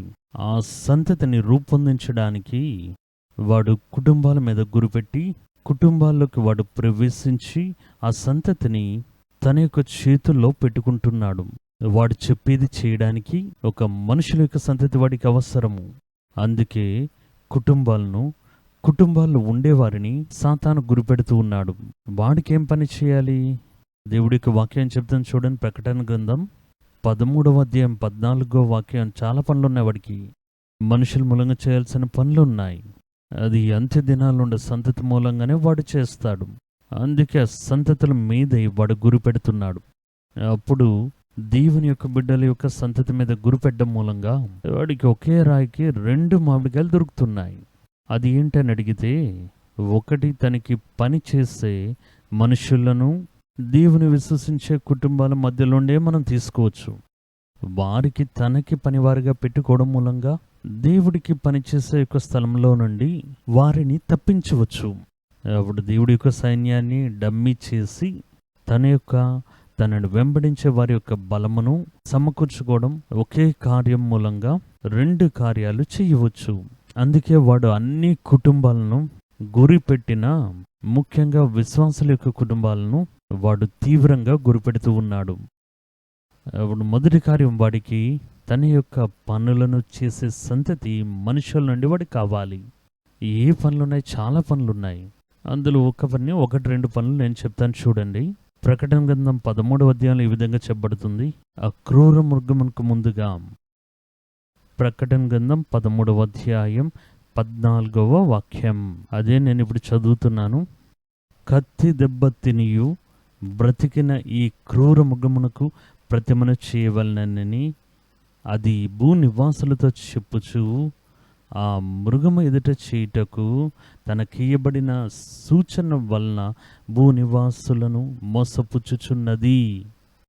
అప్పుడు మృగమునకు, భూమిని పరిపాలించబోయే మృగమునకు ఒక ప్రతిమను చేయడానికి, ప్రతిమను ఎవరు చేస్తారంటే భూనివాసులే చేస్తారు. సాతాను తన యొక్క శక్తితో వాడు చేయడండి. ఒక ప్రతిమ చేయాలి, ఒక సిస్టాన్ని నిర్మించాలి, ఒక మృగమునకు, దెబ్బతిని బ్రతికిన మృగమునకు సెల చేయాలి. అలా అని అది మనుషులకి చెప్పిందట. మనుషులే దాన్ని నిర్మించబోతూ ఉన్నారు. వారి యొక్క ఆర్థిక కార్యాలతో, వారి యొక్క జ్ఞానముతో, పనులను బట్టి, తెలివిని బట్టి, వారి యొక్క శ్రమను బట్టి, సమయమును బట్టి అన్నిటినిచ్చి వారికి ఉండే ఒకటే ఉద్దేశం, ఈ మృగమునకు ఒక ప్రతిమను నిర్మించాలి. అది ఆజ్ఞాపిస్తుంది, కానీ చేసింది మనుషులు. ఇటువంటి కార్యాలు చేయడానికి చివరి దినాల్లో సాతానుకు ఒక గుంపు ప్రజలు వాడికి అవసరమై ఉన్నారు. అది చివరి దినాల్లో ఉండే సంతతి. అప్పుడు ఈ సంతతిని తన నిమిత్తం వేరు చేయడానికి, ఒక గుంపుని నిలబెట్టడానికి సాతాను ప్రయత్నం చేస్తున్నాడు. అప్పుడు చూడండి, 2వ కార్యం, ఇటువంటి పనులు చాలా ఉన్నాయి. అందరు మనుషులకి ముద్ర వేయాలి, వ్యాపారాన్ని కంట్రోల్ చేయాలి. సాతాను చెప్పిన ఏ పనులైనా సరే వాడు ప్రక్కబలంగా నిలబడి, ఒక గుంపు ప్రజలను, వారి యొక్క సంతతి వీడికి ప్రక్కబలంగా నిలబడాలి. అప్పుడు దానికి అవసరమైన వారిని ఎన్నుకోవడానికి ఇప్పుడే సాతాను చాలా తీవ్రంగా చివరి దినాల్లో సంతతి మీద గురిపెడుతూ ఉన్నాడు. చివరి దినాల్లో వృద్ధులుగా ఉన్నవారిని కాదండి, చివరి దినాల్లో పుట్టే బిడ్డ మొదలుకొని యవ్వనస్తుల వరకు. ఎందుకంటే వారే అంత్య దినాల్లో ఉండబోతున్నది. ఆ సంతతిని గురిపెడుతూ ఉన్నాడు. వాడికి అవసరమైన సంతతి మీ ఇంట్లో ఉండవచ్చు, అది మీ పిల్లల్లో ఒకరుగా ఉండవచ్చు, మన కుటుంబంలో ఒకరుగా ఉండొచ్చు. వీరు చేయడానికి అనేక పనులు సాతాను పెట్టి ఉన్నాడు. అప్పుడు వీడు అలా తిరుగుతూ వస్తున్నాడు, ఏ కుటుంబాన్ని మోసం చేద్దామని, ఏ కుటుంబంలో ఉండే పిల్లల్ని మోసం చేద్దామని, స్త్రీలను, పురుషులను, యవ్వనస్తులను, చిన్న బిడ్డలను ఎవరిని మోసం చేద్దామని గర్జించే సింహం వలె మీ కుటుంబాల చుట్టూ తిరుగుతూ ఉన్నాడు వాడు. వాడి యొక్క అంత్య దినాల్లో పనులు చేయడానికి మనుషులు మీ కుటుంబంలో ఉండవచ్చు అని మీ కుటుంబం చుట్టూ వాడు తిరుగుతూ ఉన్నాడు. అందువల్ల చాలా జాగ్రత్తగా ఉండాలి. 2వ కార్యాన్ని చూడండి. దేవుని ఎదిరించే సంతతిని తయారు చేయడం అనేది అది వాడి యొక్క అవసరతే ఉంది. చివరి దినాల్లో ఒక సంతతి దేవుని ఎదిరించాలి. దేవుని యొక్క కార్యాలు, దేవుడు చేసే క్రియలు, దేవుని యొక్క మనుషులు, వీరందరిని ఎదిరించడానికి ఒక సైన్యం వలె ఉండాలి. దానికి వాడికి ఒక సంతతి, మనుషుల నుండి ఒక సంతతి వాడికి అవసరమై ఉంది. ప్రకటన గ్రంథం 19వ అధ్యాయం 19వ వాక్యం విధంగా చెప్తుంది. తరువాత మృగమును, భూరాజులను, వారి యొక్క సేనలను, వారి యొక్క నివాసులను, గుర్రం మీద కూర్చున్న వారితోనూ ఆయన సేనతో యుద్ధం చేయుటకై కూడియుండగా చూచితిని. అప్పుడు క్రీస్తుతోనూ క్రీస్తు యొక్క ప్రజలతోనూ యుద్ధం చేసే ఒక సంతతి, అదే ఇక్కడ చెప్పబడుతుంది. అక్రూర మృగము భూమి యొక్క రాజులు దాని యొక్క నివాసులను యేసుతోనూ ఆయన యొక్క సేనతోనూ ఆయన ప్రజలతోనూ యుద్ధం చేయడానికి నిలబడి ఉండట చూచానని రాయబడింది. దాని అర్థం ఇదే. అప్పుడు దేవుని ఎదిరించడానికి, దేవుని యొక్క ప్రజలను ఎదిరించడానికి ఒక గుంపు మనుషులు వాడికి అవసరమై ఉన్నారు. అందులో రాజులు ఉన్నారు, ఆ రాజుల యొక్క నివాసులు కూడా ఉన్నారు. వారు చెప్పగానే యేసుని కూడా చూడకుండా ఆయన ఎదిరించే ఒక సైన్యమును మనుషుల మధ్యలో తయారు చేయాలి. అది అంత్య దినాల్లో ఉండే తరంలో నుండే తయారు చేయాలి. అప్పుడు సైన్యానికి మనుషులు తీసుకునే విధంగా తన సైన్యమునకు మనుషులను తీసుకోవడానికి సాతాన్ కుటుంబాల మీద గురిపెట్టి ఉన్నాడు. ఎవరు అవకాశం ఇస్తున్నారని చూసి, ఎవరు తన యొక్క వంచనని వల్ల పడుతున్నారనేది చూసి, ఎవరి యొక్క మనసును మనం ఆకర్షించవచ్చు అని చూసి, వారిని క్రీస్తుకు వ్యతిరేకులుగా చేసి శత్రు సైన్యంలో నిలబెట్టేది సాతాన్ యొక్క తంత్రము. అలానే వాడి ప్రణాళికలో ఒకటి. దానికి మన కుటుంబాల్లో అవకాశం ఇవ్వకూడదు.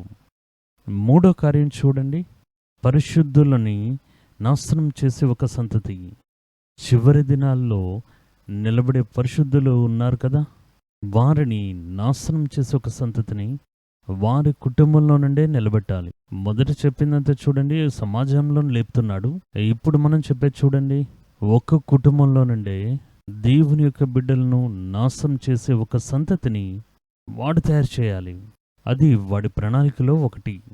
మత్తయి సువార్త 10వ అధ్యాయం 21వ వాక్యం. సహోదరుడు తన సహోదరుని, తండ్రి తన కుమారుని మరణమునకు అప్పగించెదరు. పిల్లలు తల్లిదండ్రుల మీద లేచి వారిని చంపించెదరు. చూడండి, బయట నుండి ఎవడు రావట్లేదు. బయట వేరే మతానికి చెందినవారు, వేరే ఆచారానికి చెందినవారు, వేరే దేశానికి చెందినవారు రాలేదు. సొంత కుటుంబంలో, ఒకే కుటుంబంలో ఉన్న ఒక సహోదరుడు, వాడు దేవుని విశ్వసించేవాడు, వాడికి విరోధంగా ఇంకొక సహోదరుడు లేచి వాణ్ణి హత్య చేస్తాడు. చూసారా, యేసు చెప్తున్నారు చివరి దినాల్లో ఈ విధంగా జరగబోతుంది. వాడు వేరే ఎక్కడి నుండో రావట్లేదు, వేరే భాష మాట్లాడేవాడు వేరే ఎక్కడి నుండో రావట్లేదు, సొంత కుటుంబం నుండి వస్తాడట. వారు లేచి తన సహోదరుని చంపివేస్తారు. వారి పిల్లలను తల్లిదండ్రులే చంపించెదరు. దేవుని విశ్వసించడం బట్టి, అంగీకరించడం బట్టి అప్పుడు ఆ కుటుంబంలో నుండే తల్లిదండ్రుల మీద కూడా గురిపెడుతున్నాడు. నీ బిడ్డ దేవునికి ఫలములు ఇవ్వబోతున్నాడు, వాడిని చంపివేయాలి.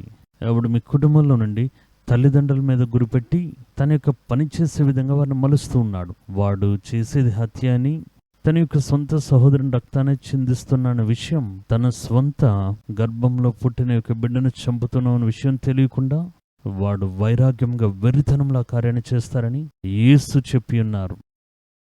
మరణానికి అప్పగిస్తారట సహోదరుణ్ణి, మరణానికి అప్పగిస్తారట వాడి తల్లిదండ్రులు.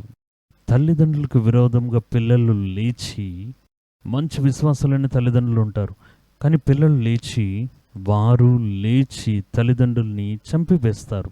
చూసారా, తల్లిదండ్రులు దేవుని యొక్క బిడ్డలు, దేవుని విశ్వసిస్తున్నారు. ఆ కుటుంబంలో సాతాను ప్రవేశించి ఎప్పుడో గురిపెట్టి ఉన్నాడు. అందులో ఉన్న బిడ్డలను వాడి చేతిలోకి తీసుకుని వారి మనసులో తప్పైన భావాలు కలిపి తల్లిదండ్రులను చంపే విధంగా హత్య చేయాలని ఆశతో వారు నింపుతారని వాక్యం చెప్తుంది. ఇప్పుడు దీని నిమిత్తమే కుటుంబాన్ని గురిపెడుతున్నాడు. అందుకే మీరు ఎవరిని వదిలిపెట్టకండి, అందరూ దేవునిలోనే ఉండాలి. కొద్దిగా స్థానం ఇచ్చేవాడు, కొద్దిగా దేవుని నుండి దూరం అయిపోయేవాడు, వాడిని అలా త్రిప్పి మీ యొక్క విశ్వాసానికి, దేవుడి మీద మీరు ఉంచిన యొక్క నమ్మికకు, దానికి వ్యతిరేకంగా మార్చివేస్తాడు. ఇప్పుడు అనేక స్థలాల్లో చూడండి, తల్లిదండ్రులు చర్చికి వెళ్తారు, పిల్లల్ని చూసి చెప్తారు, నువ్వు ఈ పుస్తకాలు తీసి చదువు, నాకు ఈరోజు ప్రేయర్ ఉంది, ఆన్లైన్ ప్రేయర్ ఉంది, లేకపోతే మేము సంఘంలో కూడుకుని ప్రార్థన చేయబోతున్నాం, ఈరోజు ఆరాధనకు వెళ్ళబోతున్నాం, మీకు వంటలు వండి పెట్టి ఉన్నాం, భోజనం చేసి పుస్తకం తీసి చదివి నిద్రపో, ఇలా చెప్తూ దేవుని నుండి వేరు చేయడానికి ఆ ముందు వరుసలు మనమే ఉంటూ ఉన్నాం. అప్పుడు కొద్ది కొద్దిగా పిల్లలు దారి తప్పడం మొదలవుతుంది. కొంతమంది చెప్తుంటారు, నేనే నా కళ్ళతో చూసి ఉన్నాను, ఒక కుటుంబంలో సాధారణంగా నేను ఎవరింటికి వెళ్ళి ప్రార్థన చేయను. నా పరిచర్య ఆరంభ దినాల్లో ఒక కుటుంబంలో ఆ కుటుంబం గురించి ప్రార్థన చేయడానికి ఆ ఊర్లో నేను ఒక కన్వెన్షన్కి వెళ్ళాను. ఆ ఊర్లో ఉన్నవారే, ముఖ్యంగా ఒక కుటుంబానికి సంబంధించిన వ్యక్తి, మా ఇంట్లో సమస్య ఉంది, ప్రార్థన చేయాలని అడిగారు. నేను ఆ కుటుంబానికి వెళ్ళి ప్రార్థన చేశాను. ప్రార్థన చేసేటప్పుడు కుటుంబంలో తల్లిదండ్రులు, ఒక వయసైన వ్యక్తి, వీరు మాత్రమే ఉన్నారు. కానీ ఆ కుటుంబంలో 3 బిడ్డలు, 2 అమ్మాయిలు, 1 అబ్బాయి ఉండడం నేను చూశాను. వారంతా రాలేదు. అందరూ ప్రార్థనకి నిలబడి ఉన్నాం. ఈ అమ్మగారు తల మీద చెంగు వేసుకున్నారు. ఈ అయ్యగారు బైబిల్ చేతులు పట్టుకుని కళ్ళు మూసుకుని నిలబడి ఉన్నారు. నేను కొద్దిగా వేచి ఉన్నాను. వారు చెప్పారు ప్రార్థన చేయమన్నారు. నేనేం చెప్పానంటే, ఇతరులు రానివ్వండి. లేదు, పిల్లలు ప్రార్థన చేయరు, వారికి ప్రార్థనలో అంత ఇష్టం లేదు, కోరిక లేదు, వారు ఒంటరిగా వారి రూమ్లో ఉంటారు, మీరు ప్రార్థన చేయమని చెప్పారు. ఇది మంచిదని ఆలోచన చూడండి. ఎవరిని మీరు దేవుళ్ళలోకి నడిపించట్లేదు. అది ఒకవేళ పెద్దవాళ్ళు అయితే పర్వాలేదు, ఇది చిన్నపిల్లలు, యవ్వనస్తులు, 17 సంవత్సరాలు 16 సంవత్సరాల వయసు ఉంటుంది. అప్పుడు పిల్లలు దేవుణ్ణి కోరుకోవట్లేదట. ఇలా ఎవరెవరైతే దేవుని యొక్క వెలుగులోకి రాకుండా మీ ఇంట్లో ఉంటూ ఉన్నారో వారి గురించి మీరు జాగ్రత్తగా ఉండాలి. సాతాను వారి మీద గురి పెట్టడానికి అవకాశం ఉంటుంది. ఎవరెవరైతే దేవుని యొక్క నీడ కిందకి రాలేదో, ఎవరెవరు దేవుని యొక్క వెలుగు క్రిందకి రాలేదో వారి గురించి జాగ్రత్తగా ఉండాలి. ఎందుకంటే ఒక కుటుంబంలో నుండే ఆపద కలిగించేవారిని, నాశనం చేసేవారిని, విరోధించేవారిని నిలబెట్టడం అనేది చివరి దినాల్లో సాతాను యొక్క ప్రణాళిక. ఇదే యేసు చెప్తున్నారు. సహోదరుడు తన యొక్క సహోదరుని, బయట నుండి వస్తున్నారు, వారు కొడుతున్నారు, ఏదో చేస్తున్నారు, అది న్యాయం, అందులో లాజిక్ ఉంది.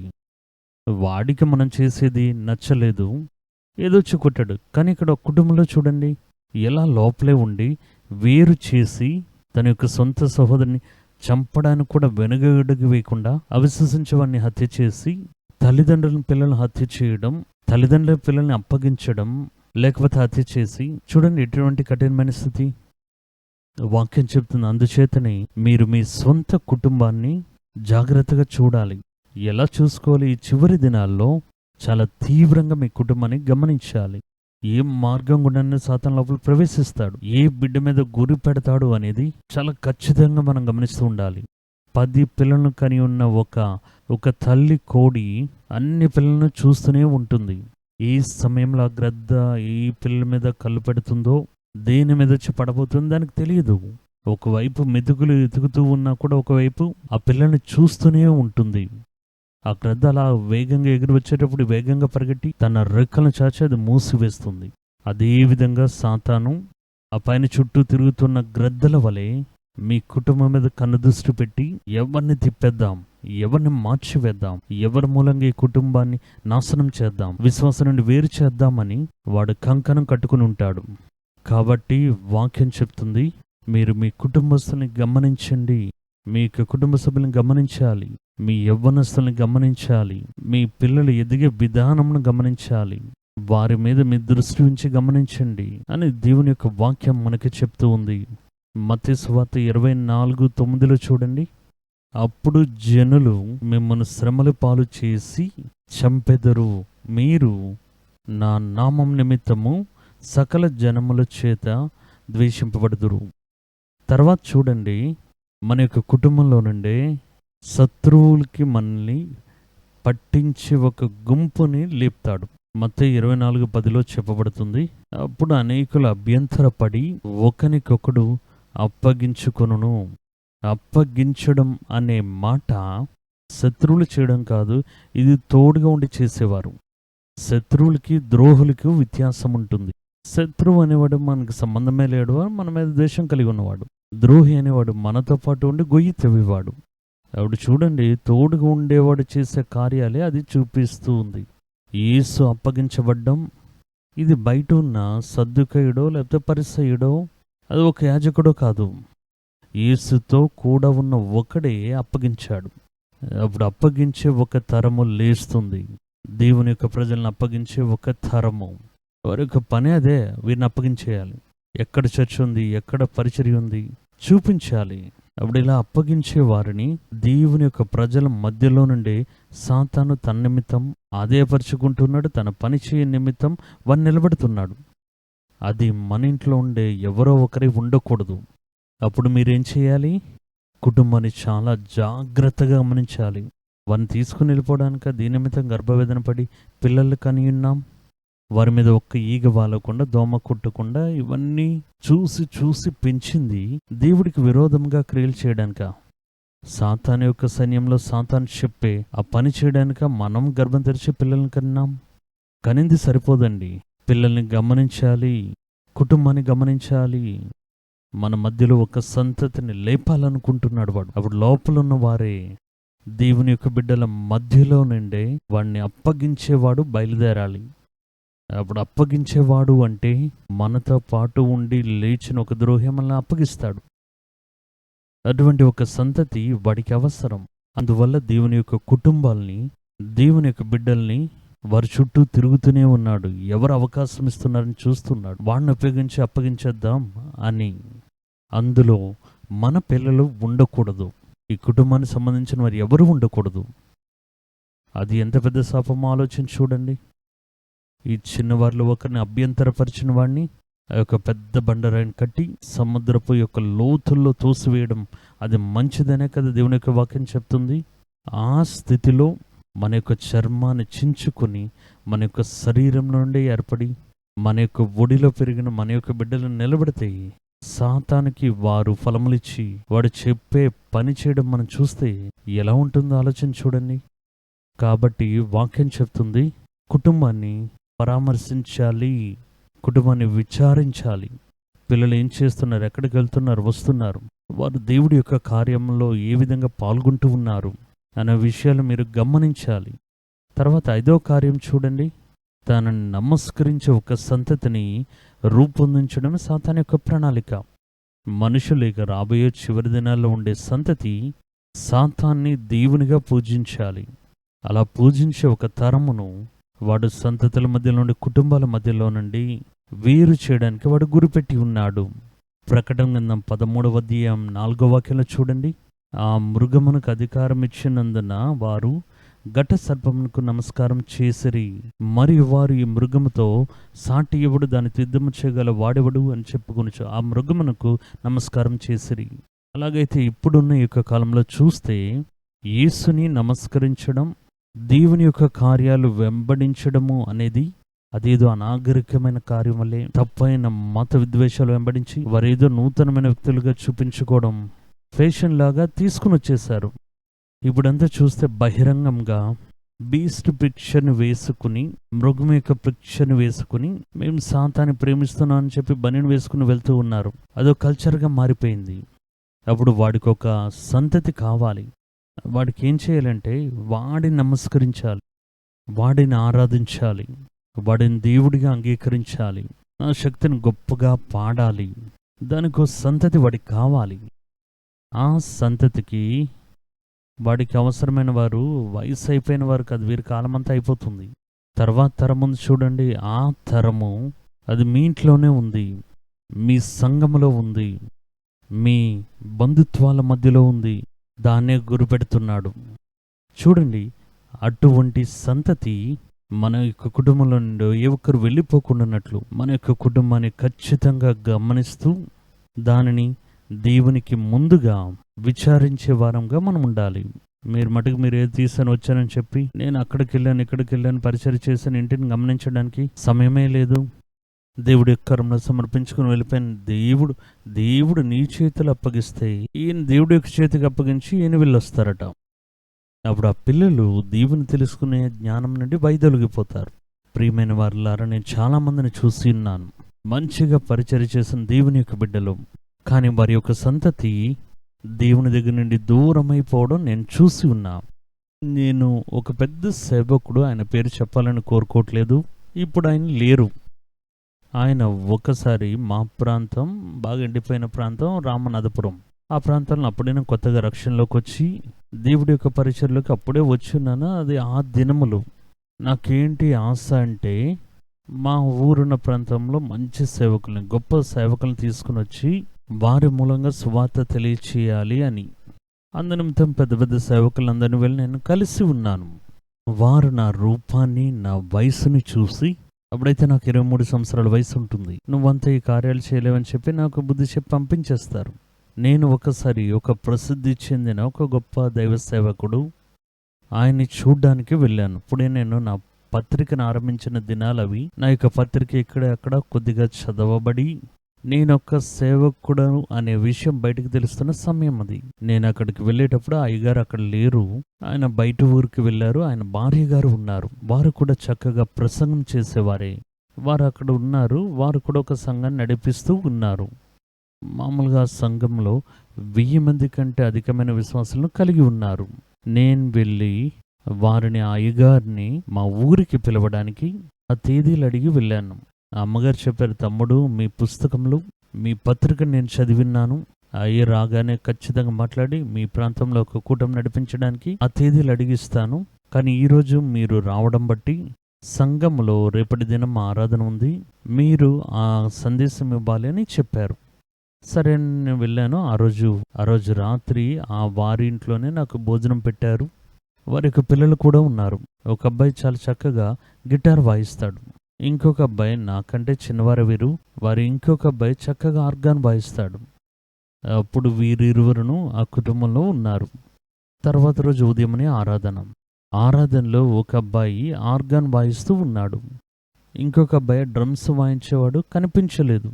నేను అమ్మగారితో అడిగాను, ఆ యొక్క కుమారుడు వచ్చినట్లయితే బాగుంటుంది కదా, ఆరాధన బాగుంటుంది కదా, ఎక్కడున్నాడని అడిగాను. అమ్మగారు చెప్పారు, వాడు కొంచెం మద్యపానం సేవించాడు, అందువల్ల నేను సంఘానికి రాలేను అలా అని చెప్పి ఇంట్లో రూమ్లో పడుకున్నాడని అన్నారు. ఈ సేవకుడు అనేక మందిని నీతిలోకి నడిపించిన వారు.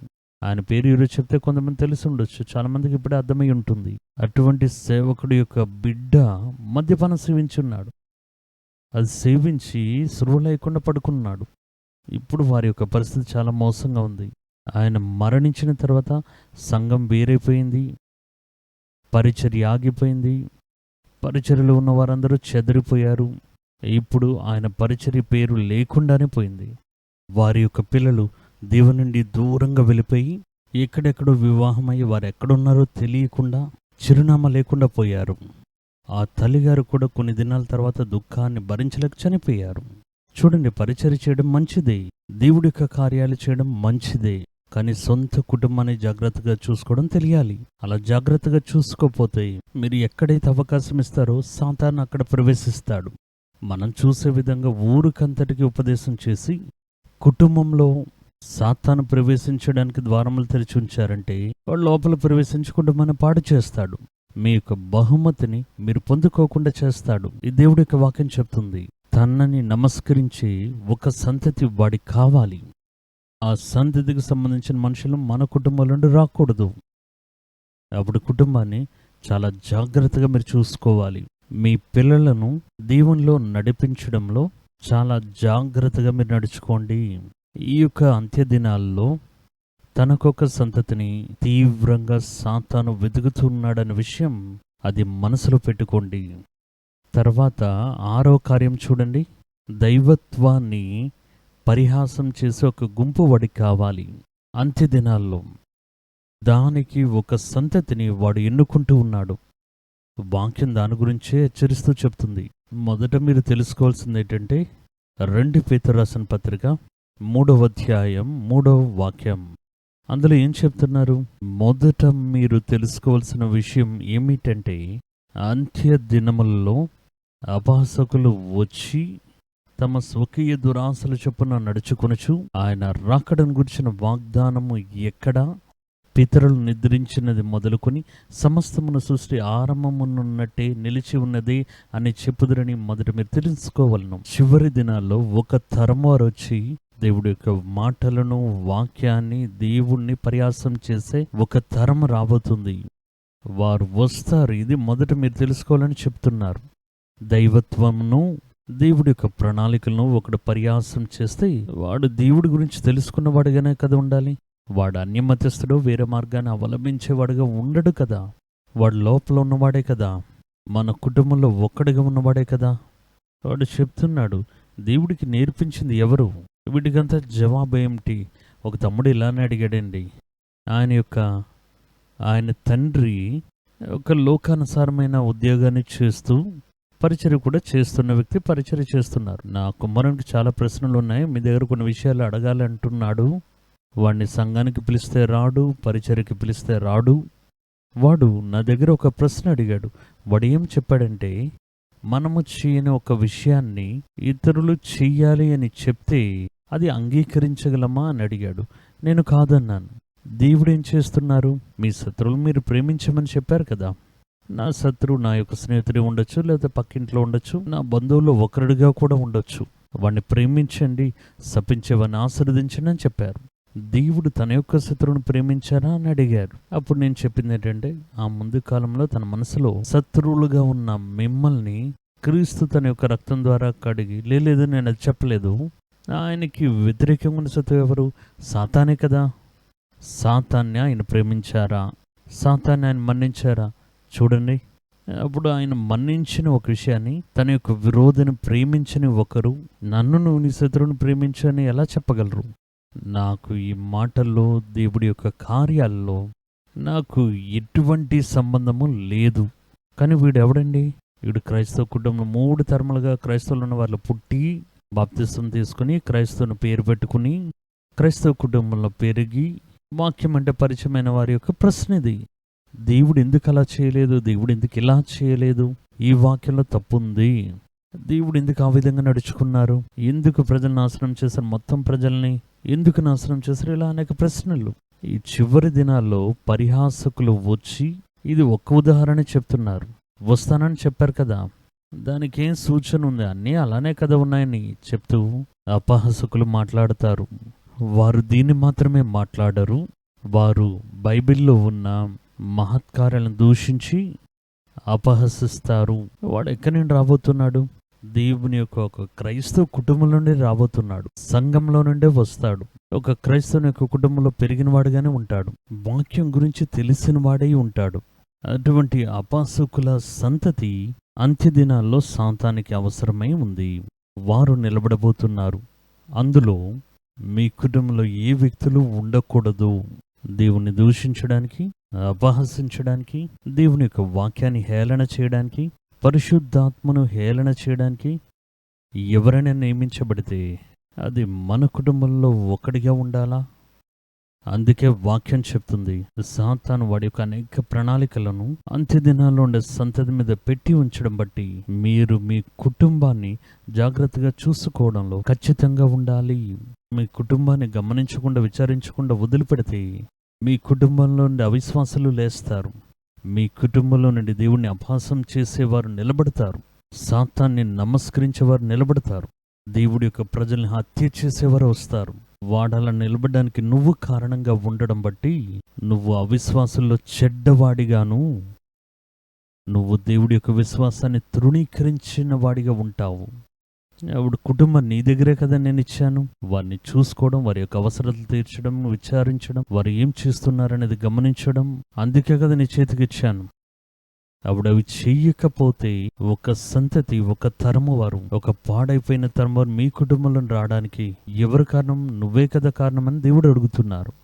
కాబట్టి మీ కుటుంబాన్ని చాలా జాగ్రత్తగా మీరు పరామర్శించండి. మీ కుటుంబంలో ఒక అపహాసకుడు, ఒక హత్య చేసేవాడు, దేవుడికి విరోధముగా కార్యాలు చేసేవాడు, సాతాన్ని నమస్కరించేవాడు, సేవించేవాడు, సాతానికి ప్రతిమ చేసేవాడు, సాతాన్ యొక్క సైన్యంలో నిలబడి దేవుడికి వ్యతిరేకంగా వచ్చేవాడు, ఇటువంటి వ్యక్తులు మన కుటుంబంలో రాకూడదు. అప్పుడు మీ కుటుంబాన్ని చాలా జాగ్రత్తగా మీరు చూసుకోవాలి. చిన్న బిడ్డల ప్రాయంలో నుండే మీ పిల్లల మీద మీ కనుదృష్టి ఉంచాలి. ఒక సామెత చెప్తారు, ఒక మంచి తల్లి తన కుమారుని సందేహిస్తుంది, ఒక మంచి అమ్మగారు తన కుమారుని సందేహిస్తుంది. వీడు చెప్పేదంతా వేద మాట అని అనుకుంటే ఆ బిడ్డ ఎక్కడికి వెళ్తున్నాడు, ఏం చేస్తున్నాడు అనేది గమనించకుండా ఉంటే ఆ బిడ్డ మీకు సంబంధించింది కాదు, అది దుష్టుడి యొక్క చేతులకు వెళ్ళి చిక్కుకుంటుంది. కాబట్టి వాక్యం ఏం చెప్తుందంటే, కుటుంబాన్ని నడిపించడానికి పిలువబడిన వారు, కుటుంబాన్ని నడిపిస్తూ ఉన్నవారు, కుటుంబాన్ని గమనిస్తూనే ఉండండి, కుటుంబాన్ని విచారించండి. కుటుంబంలో ఒక్కొక్క క్రియలు ఏ కార్యాలు వస్తే గమనిస్తూ ఉండండి. అదే దేవుని యొక్క వాక్యం చెప్తుంది. యూదా గ్రంథము 1వ అధ్యాయం 18వ వాక్యంలో ఏం చెప్తుందో చూడండి. అయితే ప్రియులారా, మన ప్రభు అయిన యేసుక్రీస్తు అపోస్తలులు పూర్వమందు మీతో చెప్పిన మాటలను జ్ఞాపకం చేసుకొనుడి. ఏం చెప్పారు? అంత్య దినాల్లో తమ భక్తిహీనమైన దురాశల చొప్పున నడుస్తూ ఉన్న పరిహాసకులు కనిపిస్తారు అనే విషయం మీకు చెప్పారు కదా. వీరు విడిపోయే వారును. అప్పుడు ఈ అపహాసకులు వేరైపోయేవారు. ఎక్కడి నుండి వేరు పడిపోతారు? వాడు దేవుని యొక్క కుటుంబంలో జన్మిస్తున్నాడు. ఆ విశ్వాస యొక్క కుటుంబం లోపలే ఉండేవాడు. వాడు అపహసించే విధంగా సాతాను వాడిని వేరు చేసేటప్పుడు వాడు విశ్వాస మార్గాన్ని విడిచిపెట్టి దేవుడి యొక్క నడత నుండి వేరైపోతున్నాడు. వారు వేరైపోయేవారుగాను జన్మ స్వభావం గల వారును ఆత్మ లేని వారే ఉంటారని వాక్యంలో రాయబడింది. తర్వాత చివరికి ఒక కార్యం చూడండి. ఆలోచనే లేనటువంటి ఒక తరమును లేపడం అనేది సాతాను యొక్క ప్రణాళికలో ఒక ఉద్దేశం. చివరి దినాలు ఉండే ఒక తరమారు డోంట్ కేర్ అనే విధంగా ఉంటారు. నిర్విచారం, ప్రార్థన అది మాకు అవసరం లేదండి, బైబిల్ అది మాకు అవసరం లేదు, ఇది ఆదివారం కొంత సమయం వస్తున్నాం, కూర్చుంటున్నాం, వెళ్తున్నాం, మిగతా సమయం అంతా మాకు అసలు సమయమే ఉండట్లేదే. తల్లిదండ్రులు వారిని ఎంకరేజ్ చేస్తారు, పర్వాలేదు ఆదివారం నువ్వు కొంత సమయం వచ్చి వెళ్తే సరిపోతుంది, మిగతా సమయంలో పాఠ్యపుస్తకాలు తీసి చదువు, అది చేయి ఇది చేయి, అక్కడికి వెళ్ళి ఇక్కడికి వెళ్ళి ఇది చదువు, ఆ పరీక్ష రాయని చెప్పి పిల్లల్ని అలా పరిగెట్టిస్తూనే ఉంటారు. ఒక కార్యాన్ని మీరు జ్ఞాపకంలో పెట్టుకోవాలి. దేవునిది దేవునికి, రాజు యొక్క కార్యాలు రాజుకి ఉండాలి. ఒక సమయాన్ని ఒక దినంలో దేవునికి సంబంధించిన దేవునికి ఇచ్చేయండి. లోకంలో ఉండే కార్యాలు చూడడానికి ఉండే సమయాన్ని ఆ సమయానికి ఇవ్వండి, అది మీ బాధ్యతకి ఇవ్వండి. మొత్తం సమయాన్నంతటి మీ బాధ్యతలతో నింపివేసి దేవుడి యొక్క కార్యాన్ని మాత్రం మీరు వదిలిపెట్టినట్లయితే టోటల్గా అంతా స్పాయిల్ అయిపోతుంది. చూడండి, ఒక ఆలోచనే లేనటువంటి సంతతి. ఇప్పుడున్న యవ్వనస్తులు మీరు చూసారా? చాలా ఎక్కువ మంది యవ్వనస్తులు, అందరినీ చెప్పట్లేదు, చాలా ఎక్కువ మంది యవ్వనస్తులు డోంట్ కేర్ టైప్, నిర్విచారం. అదంతా చూసుకుందాంలే.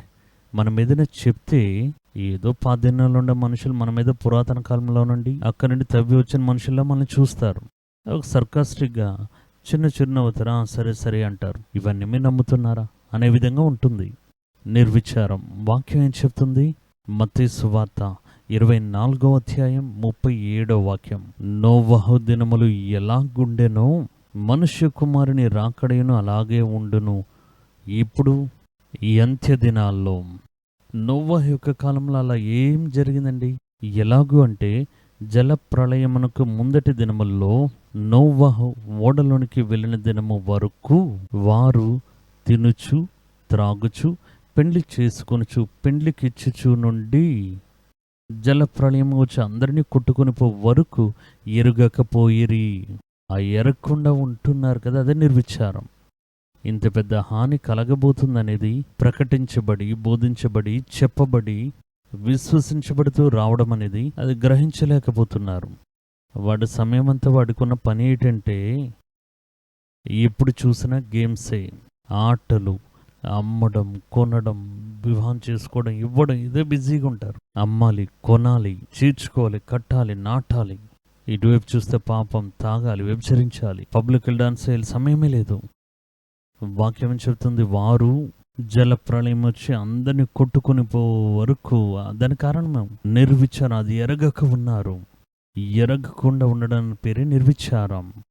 అదేవిధంగా మనుష్య కుమారుడు వచ్చే కాలంలో కూడా జరగబోతుంది. జల ప్రళయం వచ్చి వారందరినీ కొట్టుకొని పోవు వరకు ఎరుగక ఉండిరి. అలాగనే మనుష్య కుమారుని రాకడి అందరూ ఈ కాలంలో జరుగుతుంది. నిర్విచారమైన సంతతి. లూకా సువార్త 17:28 ఈ విధంగా చెప్తున్నారు. లోతు దినముల్లో జరిగినట్టును జరుగును. జనులు తినుచు త్రాగుచు కొనుచు అమ్ముచు నారు నాటుచు ఇండ్లు కట్టుచు. అయితే లోతు సోదము విడిచిపోయిన దినమున ఆకాశం నుండి అగ్ని గంధకములు కురిసి వారందరినీ నాశనం చేశాను. ఆ ప్రకారం మనుష్య కుమారుడు ప్రత్యక్షమగు దినమున జరుగును. ఇప్పుడు చూడండి, మన టైమే ఉండట్లేదు. దేవుడి దగ్గర సమయాన్ని వెచ్చించడానికో, ప్రార్థన చేయడానికో, వాక్యాన్ని చదవడానికో, ధ్యానించడానికో మనకు సమయమే ఉండట్లేదే. అమ్మాలి, పరిగెత్తాలి, దేశంలో మన యొక్క వేర్లు బలంగా నాటుకోవాలి, కట్టాలి, భుజించాలి, తాగాలి, విస్తరించాలి. జలప్రళయం వారిని కొట్టుకుని పోవునట్లుగా గ్రహించలేని నిర్విచారం. అటువంటి ఒక సంతతి నిలబడుతుందట. ఆ నిర్విచారాన్ని లేపే ఆ తరము, ఆ నిర్విచారాన్ని కలిగి ఉన్న ఒక తరము మీ ఇంట్లోనికి రావడానికి సిమ్టమ్ ఏదైనా ఉందని చూడండి. మీ పిల్లలు నిర్విచారం గలవారు ఉన్నారని చూడండి. చాలా ముద్దిచ్చి పాడు చేయకండి. వాడు అలాగేనండి 9 గంటలకే లేస్తాడు. ప్రార్థన చేయమంటే నేను ప్రార్థన చేయలేను మమ్మీ. ఓకే రైట్, పర్వాలేదు, చూసుకుందాం, మెల్లగా చూసుకుందాం. ఇలా వదలకండి. ఒక నిర్విచారమైన సంతతి మీ కుటుంబంలో నిలబెట్టడానికి సాతాను ప్రయత్నం చేయడం చూస్తే మీరు ఖచ్చితంగా ఇంట్లో నిలబడి దాన్ని పారద్రోలండి. నిర్విచారం చేత పట్టబడిన మీ సంతతి, లేకపోతే నిర్విచారంలో పట్టబడిన మీ కుమారుడు జలప్రళయం కొట్టుకుని పోయేది గమనించకుండా ఉన్నట్లు వాడి యొక్క మనోనేత్రాలను సాతాను గుడ్డితనం కలుగజేస్తాడు. ఆ నిర్విచారమైన సంతతి మా కుటుంబంలోనికి రాకూడదు, మా సంఘంలోనికి రాకూడదు. చాలా జాగ్రత్తగా ఉన్న సాతానికి ఇవన్నీ అవసరమే ఉన్నాయి. చివరి దినాలు వీరందరూ వస్తారు కదా, రానివ్వండి. కానీ మన ఇంట్లో నుండి రాకూడదు, మన కుటుంబం నుండి రాకూడదు. వారందరూ వస్తారట. అప్పుడు ఈ ఆపద కుటుంబాల చుట్టూ వస్తూ ఉంది. నిర్విచారమైన సంతతి, అపహసించే తరము, హత్యలు చేసే తరము, దేవుని యొక్క ప్రజలను అప్పగించే ఒక తరం వారు, సాతాన్ని ఆరాధించే ఒక తరం వారు, సాతానికి ప్రయత్నం చేసే ఒక తరం వారు, వాడి ఆజ్ఞలను నెరవేర్చే విధంగా దేవుణ్ణి ఎదిరించే ఒక తరం వారు. ఇవన్నీ చివరి దినాల్లో అవసరమే ఉంది. ఎక్కడండి మనుషుల నుండే దానికి అవసరమే ఉంది. అప్పుడు దీనికి సాతాను తీవ్రంగా ప్రయత్నం చేసి కుటుంబాల మీద కనుదృష్టి పెట్టి, ఎందుకంటే ఒక సంతతే కదా, ఆ తరము వారిని మన ఇళ్లలో వెతుకుతూ ఉన్నాడు, మన సంతతి మధ్యలోనే వెతుకుతూ ఉన్నాడు. అవకాశం మాత్రం ఇవ్వకండి, చాలా జాగ్రత్త.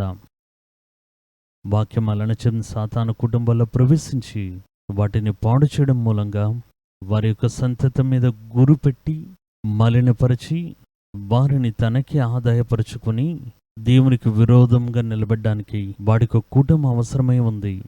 చివరి దినాల్లో వాడికి ఇన్ని రిక్వైర్మెంట్స్ ఉన్నాయి, దాన్ని మీ ఇంట్లోనే వెతుకుతున్నాడు. అప్పుడు మనం చాలా జాగ్రత్తగా ఉండాలి. వాక్యంలో చూడండి, దేవుని యొక్క బిడ్డలు, కుటుంబంలో లోకానికి సంబంధించిన మనుషులు, దీనికి మనం ఏం చేయాలి? ఇటువంటి ఆపద అనేది రాకుండా మన యొక్క కుటుంబాన్ని కాపాడుకోవడానికి మనమేం చేయాలి, ఏం చేయకూడదు? ఈ 2 కార్యాలను మనం ధ్యానించబోతున్నాం. మన పిల్లలు పాడైపోకూడదు, నా కుటుంబం కాపుదల్లో ఉండాలి. కానీ సాతానికి ఇన్ని అవసరతలు ఉన్నాయి. ఈ అవసరతలు నెరవేర్చే యొక్క గుంపులో నా సంతతి అక్కడికి వెళ్ళి నిలబడకూడదు, నా కుటుంబంలో ఉన్నటువంటి వ్యక్తి నిలబడకూడదు. అప్పుడు నేనేం చేయాలి, ఏం చేయకూడదు? మొదటి కార్యం చూడండి, మీ కుటుంబంలో లోకానుసారమైన యొక్క మనుషుల్ని కలిపే నిమిత్తం సాతాను మలినపరచబడిన ఒక సంతతిని నిర్మిస్తాడు. వాడికి కావలసినంత మలినపరచబడిన ఒక సంతతి కావాలి. అందులో ఏం చేస్తాడంటే, చక్కగా దేవుని వలన కంచె వేసి కాపాడబడుతున్న దేవునిలో నడిచే ఒక కుటుంబాన్ని అకస్మాత్తుగా ఒక నూతనంగా దేవుని నుండి దూరం అయిపోయిన యవనొకని తీసుకుని వచ్చి కలిపేస్తాడు. అది ముఖ్యంగా వివాహ బంధాలు వెతికేటప్పుడు జరుగుతుంది. మనం ఏది విచారించం, ఏది అడగము, చెప్పేదంతా నమ్ముతాం. నాకైతే కుటుంబంలో అనుభవం లేవు, కానీ చాలా కుటుంబాలు నేను చూసి ఉన్నా. వివాహానికి ముందుగా చెప్పబడిన అనేక కార్యాల్లో 90% కార్యాలు అబద్ధంగాను, లేకపోతే అధికంగా మాట్లాడిన కార్యాలే ఉంటాయి. అదేవిధంగా మనం నమ్మకూడదు. మనకు చూస్తామని విచారించడానికి సమయం లేదు. ఎలాగైనా అమ్మాయిని గట్టెక్కిస్తే మనకు చాలు, ఒక అమ్మాయిని జరిపిస్తే చాలు, ఒక అమ్మాయిని తోసిస్తే చాలు అని చెప్తారు కొంతమంది. అందుకే ఏం చెప్తారంటే, మేము అడిగాం, ఆయన చెప్పారు కదా, బ్రోకర్ చెప్పారు, వారు చెప్పారు, వీరు చెప్పారు, అందులో మేము విచారించాం అని చెప్పి తప్పైన మనుషుల లోపల ప్రవేశించడానికి అవకాశం ఇచ్చేస్తారు. లోపలకు వచ్చి ఈ మనుషుల మధ్యలో వాడు కలిసిపోతే, అన్యులతో యొక్క సంబంధం కలిస్తే మీ సంతతి మలినపరచబడుతుందని దేవుడి యొక్క వాక్యం చెప్తుంది. అవిశ్వాసకి విశ్వాసకి సంబంధం ఏంటి? విశ్వాసని అవిశ్వాసని ఒకటిగా కలిపితే దాని మూలంగా ఎంత పెద్ద భయంకరమైన కార్యాలు జరుగుతాయి. ఒక మరక పొందుకున్న సంతతి వస్తుంది అని వాక్యం చెప్తుంది. ఆదికాండం 6వ అధ్యాయంలో చదివి చూడండి. భూమిలో మనుషులు అధికమయ్యి వారికి కుమార్తెలు జన్మించినప్పుడు దేవుని యొక్క కుమారులు మనుష్య కుమార్తెలు అధిక సౌందర్యం గలవారిని ఎంచి వారిలోని వారే అమ్మాయిల్ని ఎంచుకున్నారు. అప్పుడు దేవుడు, నా యొక్క ఆత్మ ఎప్పటికీ మనుషునితో పోరాడదు అని, వాడు శరీరమే కదా, వాడు జీవించబోయే దినాలు 120 సంవత్సరాలని చెప్పారు. ఆ దినాల్లో రాక్షసులు ఉండేవారు. తరువాత దేవుని కుమారులు మనుషుల యొక్క కుమార్తెలతో కూడుకోవడం వల్ల ఈ స్త్రీలు వారికి బిడ్డలు కన్నప్పుడు వీరు కూడా పూర్వదినాల్లో పేరు పొందిన మనుష్యులుగా ఉన్న బలవంతులైన రాక్షస తరం వారు భూమిలో జన్మించారు. ఇది ఇప్పుడు ఎలా జరుగుతుందంటే, ఎవరు దేవుని కుమారులు, దేవుని యొక్క వాక్యాన్ని పొందుకున్న వారే దేవుని కుమారులు. మనుష్య కుమార్తెలు శరీరానుసారంగా ఉండేవారు. ఈ రెండు కలిసేటప్పుడు ఒక వ్యత్యాసమైన మరక పరచబడిన ఒక సంతతి ఉద్భవిస్తుందని వాక్యం చెప్తుంది. మంచి దేవుని యొక్క భక్తిలో ఉండే కుటుంబంలో మీరు దేనిలో జాగ్రత్తగా ఉండాలంటే, పిల్లల యొక్క వివాహ కార్యంలో, నూతన బంధాలు కుటుంబంలో ఏర్పరచబడే సమయంలో మీరు చాలా జాగ్రత్తగా ఖచ్చితంగా ఉండాలి.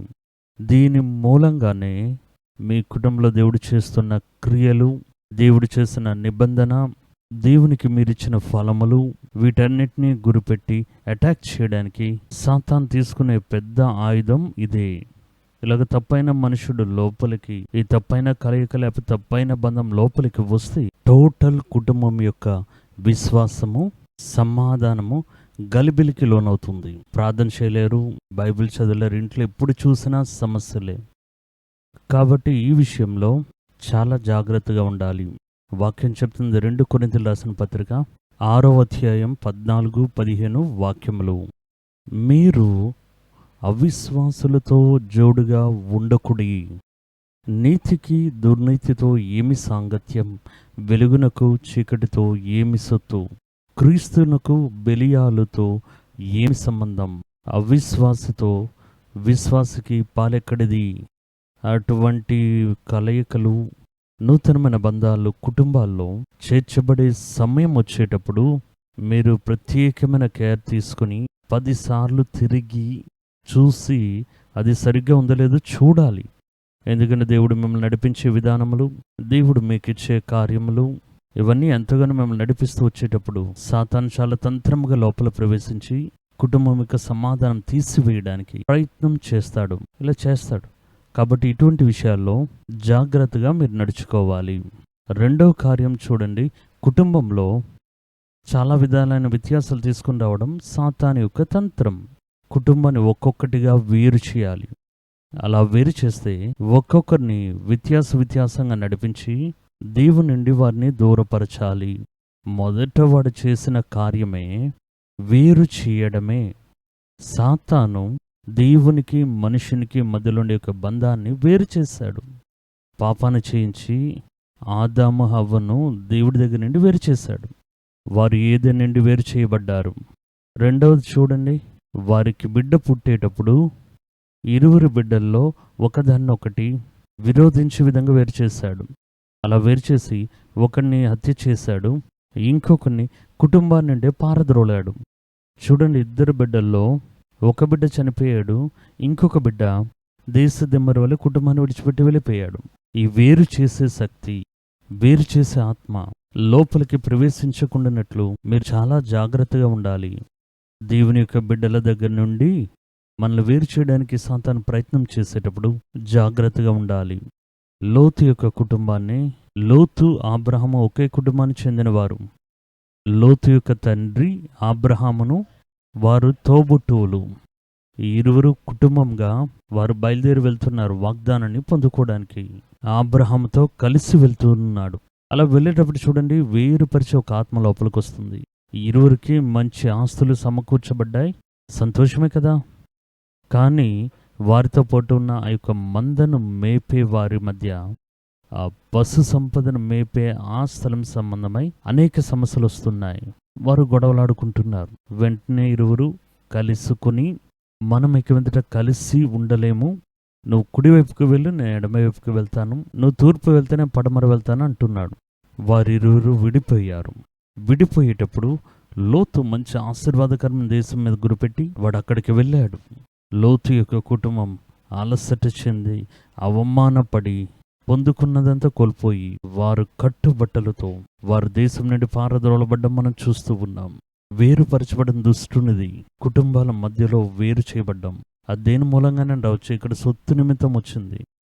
చూడండి, వేరు చేయబడ్డం దేని మూలంగానే లోపల రావచ్చు. ఈ విడదీయబడం అనేదాని కుటుంబంలో అవకాశం ఇవ్వకండి. చాలా జాగ్రత్తగా ఉండండి అని వాక్యం చెప్తుంది. తల్లిదండ్రులు పిల్లలను ఎలా నడుచుకోవాలి, ఏం చేయాలి? మొదటి కార్యం చూడండి, మీ పిల్లలను నడిపించే విషయంలో జాగ్రత్తగా ఉండాలి. ఎలా నడిపించాలి? మీకు ఒకరికంటే అధికమైన పిల్లలు ఉన్నట్లయితే, ఒకరికంటే అధికంగా 2-3 పిల్లలు ఉంటే, మేమైతే మా కుటుంబంలో నాతో పాటు పుట్టినవారు 4, నన్ను కలిపితే 5. కొన్ని కుటుంబాల్లో 5, 4 ఉన్నట్లయితే మీరు చాలా జాగ్రత్తగా ఉండాలి. కుటుంబంలో ఒకరికన్నా అధికమైన పిల్లలు ఉంటే ఒకరిని ప్రేమించి ఇంకొకరికి ఆ పక్షపాతాన్ని చూపించకూడదు. ఒకే విధంగా ప్రేమించండి. 5 ఉన్నట్లయితే 5 ఒకలా ప్రేమించండి. 2 ఉన్నా ఒకలా ప్రేమించండి. అలా ప్రేమించకుండా మీరు ఒకరికి మధ్యలో ఒకరికి పక్షపాతం చూపిస్తే అది జన్మ పగగా మార్చబడి అది ఈ సంతతిలోని నిరంతరమైన పగగా వచ్చి పడుతుంది. బైబిల్లో ఈ యొక్క విషయానికి ఒక ఉదాహరణ ఉంది. ఒకరిని ప్రేమించి ఒకరిని అలక్ష్యపరిస్తే అది తల్లిదండ్రులకు మాత్రమే కాదు, సంతతికే ఒక పెద్ద పగను, బాధింపుని తీసుకుని వస్తుంది. ఆదికాండం 37వ అధ్యాయం 3 నుండి కొన్ని వాక్యాలు చదివి చూడండి. ఇశ్రాయేలు వృద్ధాప్యమందు, యాకోబు యొక్క వృద్ధాప్యమందు యోసేపు తనకు పుట్టడం బట్టి ఇశ్రాయేలు తన కుమారులందరిలోనూ వాడిని అధికంగా ప్రేమించి వాడికి విచిత్రమైన నిలువుటంగి కుట్టించెను. వాడికున్న పిల్లల్లో చివరిగా పుట్టడం బట్టి యోసేపుని మాత్రం చాలా విశేషంగా గమనించి పాలవర్ణ అంగీని, ఆ దినాల్లో అనేక రంగులు కలిగిన అంగీని ఈ మందల మేపే కుటుంబాల మధ్యలో ఈ విచిత్రమైన అంగీని తండ్రి ఒక బిడ్డకి ఇస్తే వాడికి పుత్రుని యొక్క భాగంలో 2 ఆస్తిని ఇవ్వబోతున్నాడని అర్థం. ఆ విచిత్రమైన అంగీని కుట్టించాడు. అతని సహోదరులందరిలోనూ తమ తండ్రి అధికముగా ప్రేమించడం, అలా ప్రేమించడం వాడు చూపించేటప్పుడు అది సహోదరులు చూచినప్పుడు వాడి పక్షమున మాట్లాడకుండా వాడి మీద పగ పెట్టుకున్నారు. ఇప్పుడు ఈ పగ రావడానికి గల కారణం ఎవరని అనుకుంటున్నారు? తండ్రే కారణం.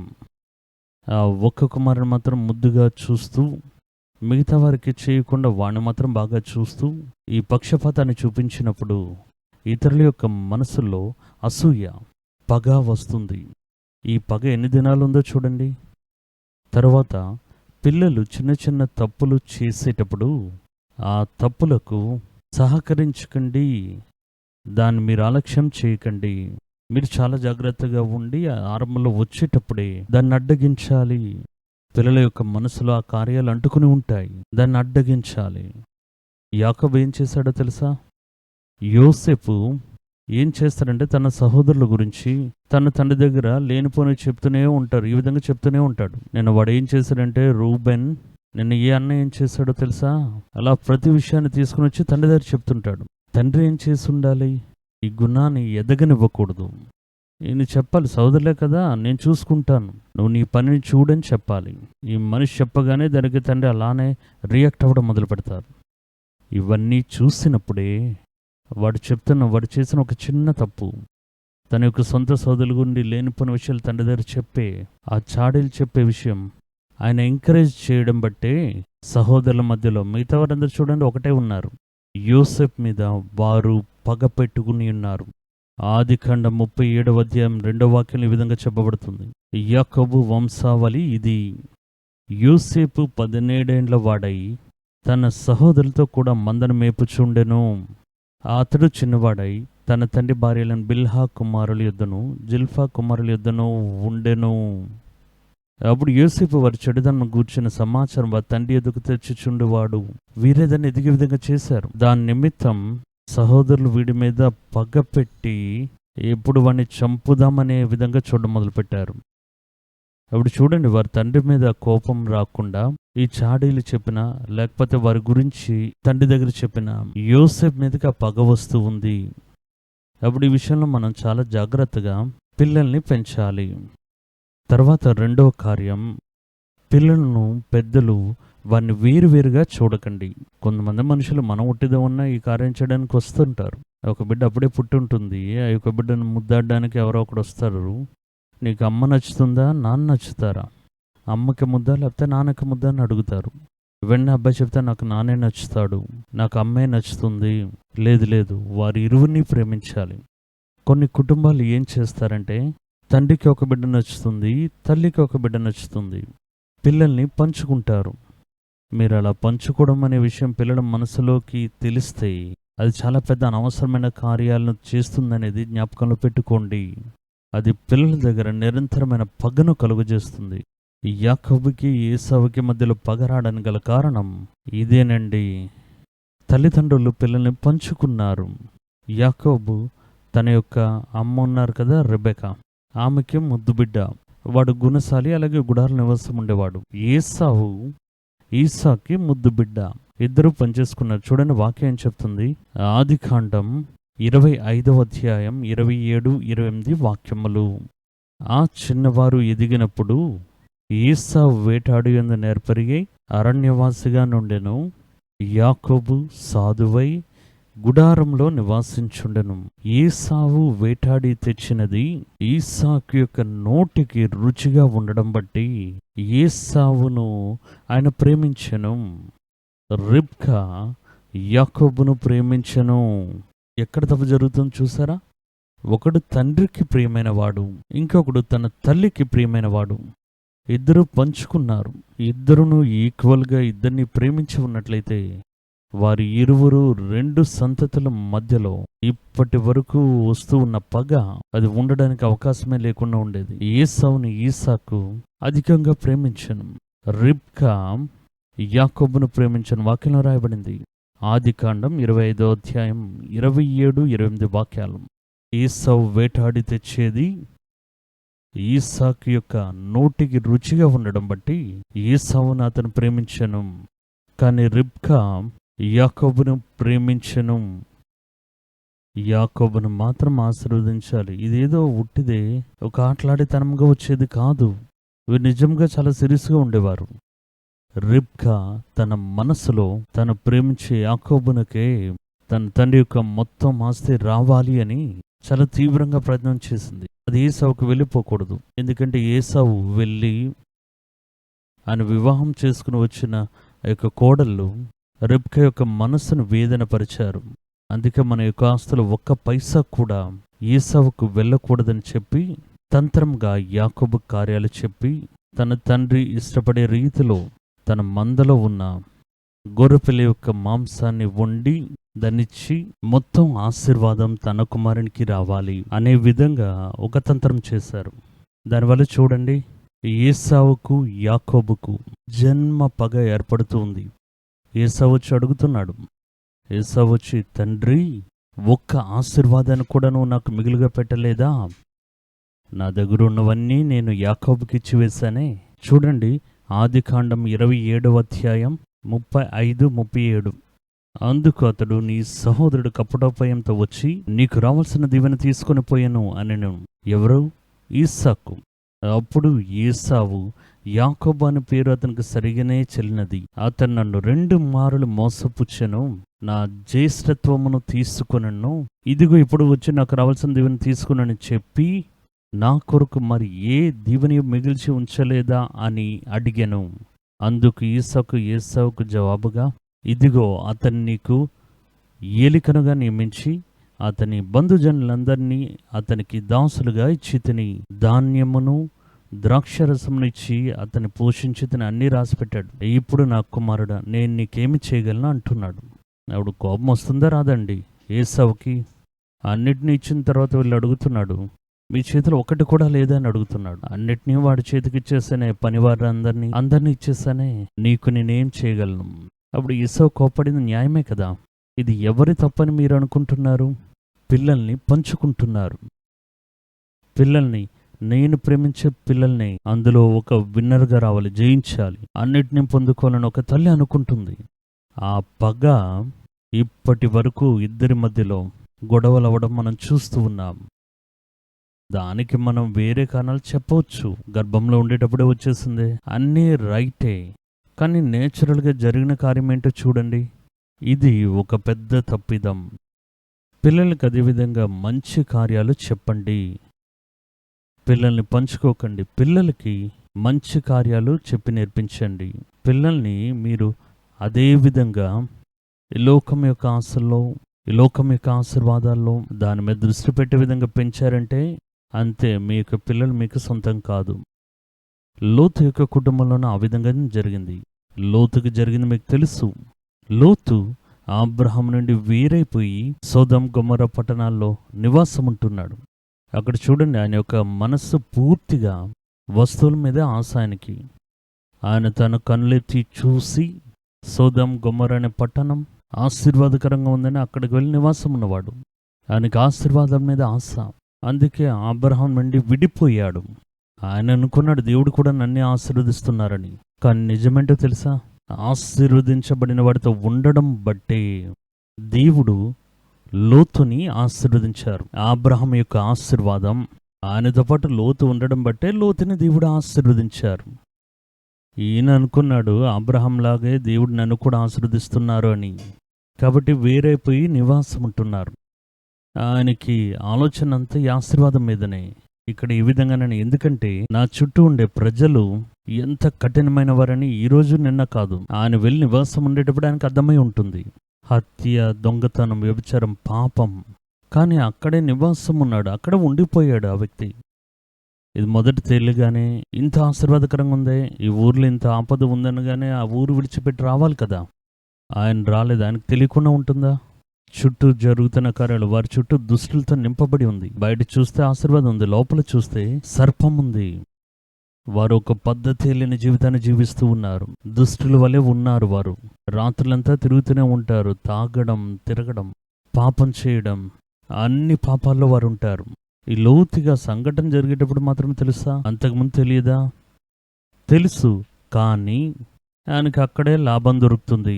అదే ఆశీర్వాదకరమైన ఊరు కాబట్టి ఎలాగో అడ్జస్ట్ చేసుకుని అక్కడ జీవిస్తూ ఉండేవాడు. ఆయనకి 2 అమ్మాయిలు. చూడండి, ఆ దినం వచ్చేటప్పుడు దేవుడు సొదొమ గొమొర్రా మీద దేవుడు తన యొక్క న్యాయ తీర్పుని చెల్లిస్తున్నారు. అది వచ్చేటప్పుడు దేవుడు చెప్తున్నారు, లోతు నీతిమంతుడిగా ఉండడం బట్టి నీ స్థలం నుండి పారిపో. ఇక్కడ ఏం నువ్వు తీయలేవు, సమయం లేదు. ఏ సొత్తునైతే గొప్పదిగా చేసి చూశాడో వాటన్నిటిని విడిచిపెట్టి ప్రాణం తప్పించుకుని పారిపోమన్నారు. పారిపోయేటప్పుడు వెనుదిరిగి మాత్రం చూడక అన్నారు. పారిపోతున్నాడు వేసుకున్న బట్టలతో. 2 అమ్మాయిలు, యవ్వన కాలంలో ఉన్న అమ్మాయిలతో వారిని పట్టుకుని భార్య వెంబడిస్తూ ఉంటుండగా ఊరు నుంచి పారిపోతున్నారు. ఆకాశం నుండి అగ్ని కుమ్మరించబడుతుంది. ఆయన కూడబెట్టిన ఆస్తులు, పశు సంపద, మనుషులు అన్ని అగ్నిలో కాల్చబడుతున్న వేసుకున్న బట్టలతో పారిపోతున్నారు. ఎలా ఉంటుందో చూడండి. ఆయన యొక్క ఆశీర్వాదం మీద ఉన్న ఆ ఆశ, ధనాశ ఆ కుటుంబంలోనే మొత్తంగా ఉండేది. తన యొక్క భార్య ఆమె వెనుదిరిగి చూసింది. అయ్యో, మనం కూడబెట్టింది పాడైపోతుందని వెనుదిరిగి చూస్తుంది. అలా చూడగానే ఉప్పు స్తంభంగా మార్చబడుతుంది.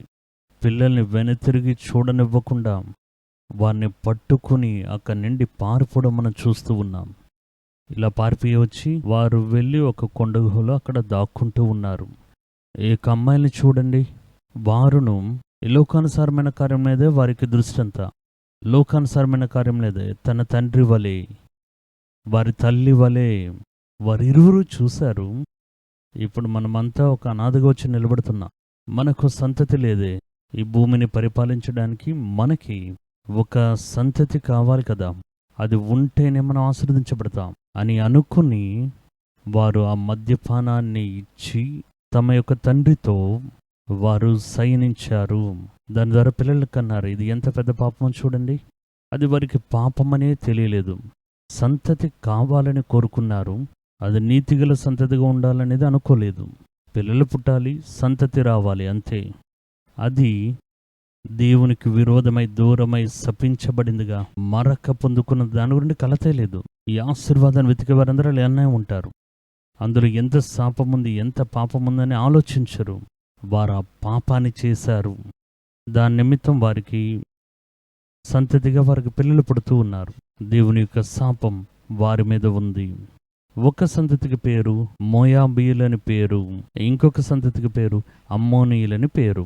దేవుడి యొక్క వాక్యం చెప్తుంది. ద్విపదేశకాండం 23వ అధ్యాయం 2వ వాక్యంలో, అమ్మోనీయులు, మోయాబీయులు 10వ తరము వాడనను యెహోవా సమాజంలో చేరకూడదు. దేవుడు ఒక శాపాన్ని ఇస్తూ ఉన్నారు. చూడండి, సంతతి రావాలని కోరుకుంటున్నారు. ఆ సంతతి దేవునికి తగిన పరిశుద్ధమైన సంతతిగా ఉండాలని అనుకోలేదు. ఇదేనండి ఆ పాపం. అప్పుడు పిల్లలకు ఏది మంచిదో ఏది చెడ్డదో వరకు చెప్పండి. ఆ పిల్లలు తమ తండ్రితో పాపం చేసి పిల్లలు కనడం అనేది అది ఎంత పెద్ద పాపము అని లోతు వారికి చెప్పలేదా? లోతుకి దేవుడంటే తెలియదా? అప్పుడు ఆయన ఊర్లో ఏం చేస్తూ ఉండేవాడు? తన బిడ్డలు యవ్వనకాలం వచ్చేంత వరకు ఆయన ఏం చేస్తూ ఉండేవాడు? వారి పిల్లల యొక్క తప్పిదాలకు సహకరించకండి. మీ పిల్లలు తప్పు చేస్తే ఆ తప్పు తప్పే, దానికి సహకరించకండి. ఏలి తన బిడ్డలను దేవుడి కంటే ఎక్కువగా గమనించాడు. ఏలి మీకు తెలుసు కదా, సమయాల యొక్క కాలంలో వచ్చే ఆయన. ఏలి తన యొక్క బిడ్డలను దేవుని కంటే ఎక్కువగా గౌరవించాడు. ఆడు లోపలికి వచ్చి ఆలయానికి వచ్చేవారి దగ్గర ప్రార్థన చేయడానికి వచ్చేవారు, బలి చెల్లించేవారు. అన్ని కార్యాల లోపలికి వచ్చి బలి వస్తువులను వారి యొక్క ఈటలతో గుచ్చి, త్రిశూలంతో గుచ్చి తీసి అందులో మొదటి ఫలంగా వచ్చిన అన్నిటినీ తీసుకుని వెళ్ళిపోతుంటారు. ప్రజలందరూ భయపడుతున్నారు, ఏంటి ఇంత పెద్ద ప్రవక్త ఏలి ఉన్నారే, కానీ ఆయన పిల్లలు ఈ విధంగా ఉన్నారే. మీరు చాలా స్థలాల్లో సంఘాల్లో చూడవచ్చు, పాస్టర్ మంచివారే ఉంటారు, పిల్లలు లోపలికి వచ్చి అయోగ్యులుగా ఉంటారు. నాకు తెలిసిన ఒక సంఘ కాపరి నాకు తెలుసు, చాలా ప్రబలమైన సేవకుడు. ఆయన చూసినట్లయితే మాట్లాడి ప్రసంగం చేసి కుటుంబాన్ని ఎలా నడిపించాలి, పిల్లల్ని ఏ విధంగా నడిపించాలి, ఏ విధంగా పెంచాలి అని చెప్పి విశ్వాసులను ఖండిస్తూనే ఉండేవారు. కానీ ఆయన యొక్క కుమారుడు దేవునికి అయిష్టమైన కార్యాలు ఏవైతే ఉన్నాయో వాటన్నిటితో పరిచర్య చేస్తూ ఉండేవాడు. ఎందుకంటే పిల్లల్ని దేవుడి కంటే ఎక్కువగా గౌరవిస్తాం మనం. వారు చేస్తే సరిగ్గానే ఉంటుంది. విశ్వాసులు ఎవరు ఏమడగరు. ఏమంటే మీరు మాకు ఇంతగా బుద్ధి చెప్తున్నారే, మీ పిల్లలు ఈ విధంగా ఉన్నారే, ఆయన అబద్ధపు పరిచర్య చేస్తున్నాడే, ఒక తప్పైన పరిచర్య చేస్తున్నాడు, అడగరు. ఎందుకంటే వారికి అది తెలియదు. ఇదే విధంగా ఏలి తన యొక్క పిల్లలు చేసే తప్పిదములను, పాపాలను అడిగేవాడు కాదు.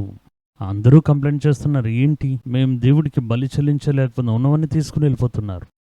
వారిని దేవుడి కంటే గౌరవించారట. మీరు ఆ విధంగా గౌరవించకండి. ఆ పిల్లల్ని దేవుడి కంటే ఎక్కువ గౌరవించాడట. బైబిల్లో రాయబడింది చూడండి, 1 సమూయేలు 2వ అధ్యాయం 29వ వాక్యం. నా నివాస స్థలముకు నేను నిర్ణయించిన బలి నైవేద్యములను మీరెలా తృణీకరించుచున్నారు? మిమ్మల్ని క్రొవ్వబెట్టుకొనుటకే నా జనులకు ఇశ్రాయేలు చే నైవేద్యంలో శ్రేష్ఠ భాగమును పట్టుకొనుచు నాకంటే నీ కుమారులను నీవు గొప్ప చేయుచున్నావే. ఏలి దగ్గర దేవుడు చెప్పి, నాకంటే నువ్వు పిల్లల్ని గొప్ప చేస్తున్నావు. ఈ ఇరువురు ఒకే రోజు చనిపోయారు, అది తర్వాత విషయం. ఏలి చేసిన తప్పిదం ఏంటి? అందరికీ తెలుసు, చెప్తుంటారు. వాడు దేవుని కంటే తన పిల్లల్ని అంతగా ప్రేమించాడు. నా పిల్లలు చేస్తే సరే, కొంతమంది చూడని సపోర్ట్ చేస్తూనే ఉంటారు, పిల్లలు చేస్తే సరే కరెక్ట్గానే చేస్తారు, పర్వాలేదు, దాన్ని బట్టి ఏంటి, ఇలా వదిలిపెట్టి ఎన్ని పరిచర్యలు మనం చూసి ఉన్నాం. సేవకుడు బాగానే ఉంటారు, పిల్లల్ని చూస్తే అంత మట్టుకు ఆ సంఘంలో చొరబడి నక్కవలే పనిచేస్తుంటారు. ఏలి వలె వారిని అణచివేయకుండా ఉండడం అనేది పాపం అని దేవుడి యొక్క వాక్యం సెలవిస్తుంది.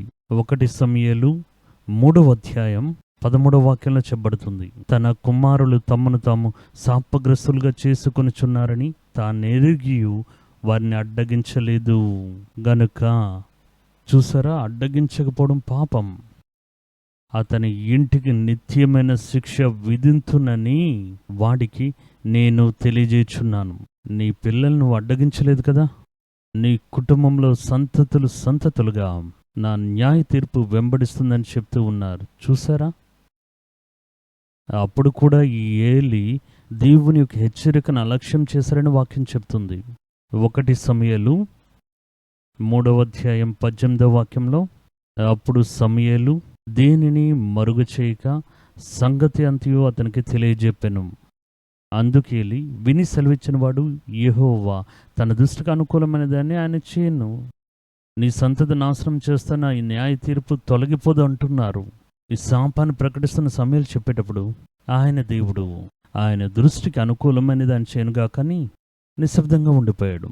చూసారా, నిర్విచారం, అడ్డగించలేని పాపం, తన పిల్లల్ని దేవుడి కంటే ఎక్కువగా గౌరవించడం, ఇవన్నీ ఒక సంతతికి సాతాన్ లోపల ప్రవేశించడానికి, శాపం ప్రవేశించడానికి పెద్ద ఒక ద్వారంగా అది మార్చబడుతుంది. అలాంటప్పుడు మనమేం చేయాలి? కుటుంబం నిమిత్తం మొదట మీరు దేవుని పరిపూర్ణంగా విశ్వసిస్తే దేవుడు మీ కుటుంబాన్ని పరిపూర్ణమైన రక్షణలో నింపుతారు. అపోస్తల కార్యములు 16వ అధ్యాయం 31వ వాక్యంలో చెప్పబడుతుంది, ప్రభు అయిన యేసునందు విశ్వాసముంచుము, అప్పుడు నీవును నీ ఇంటి వారును రక్షణ పొందుతారని చెప్పెను. రెండవ కార్యం, మీ పిల్లలకు చిన్న వయసులో నుండే ఆ యొక్క బైబిల్ను అలాగే దేవుని గురించి వరకు చెప్పాలి. దేవుని యొక్క వాక్యం ఆ విధంగా చెప్తుంది.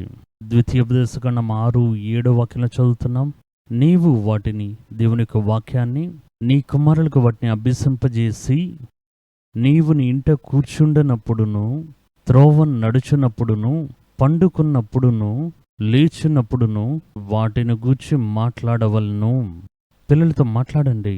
దేవుడి యొక్క వాక్యాన్ని కూర్చోబెట్టి కుటుంబ ప్రార్థన చేయండి. వాక్యాన్ని చదివి వారికి నేర్పించండి.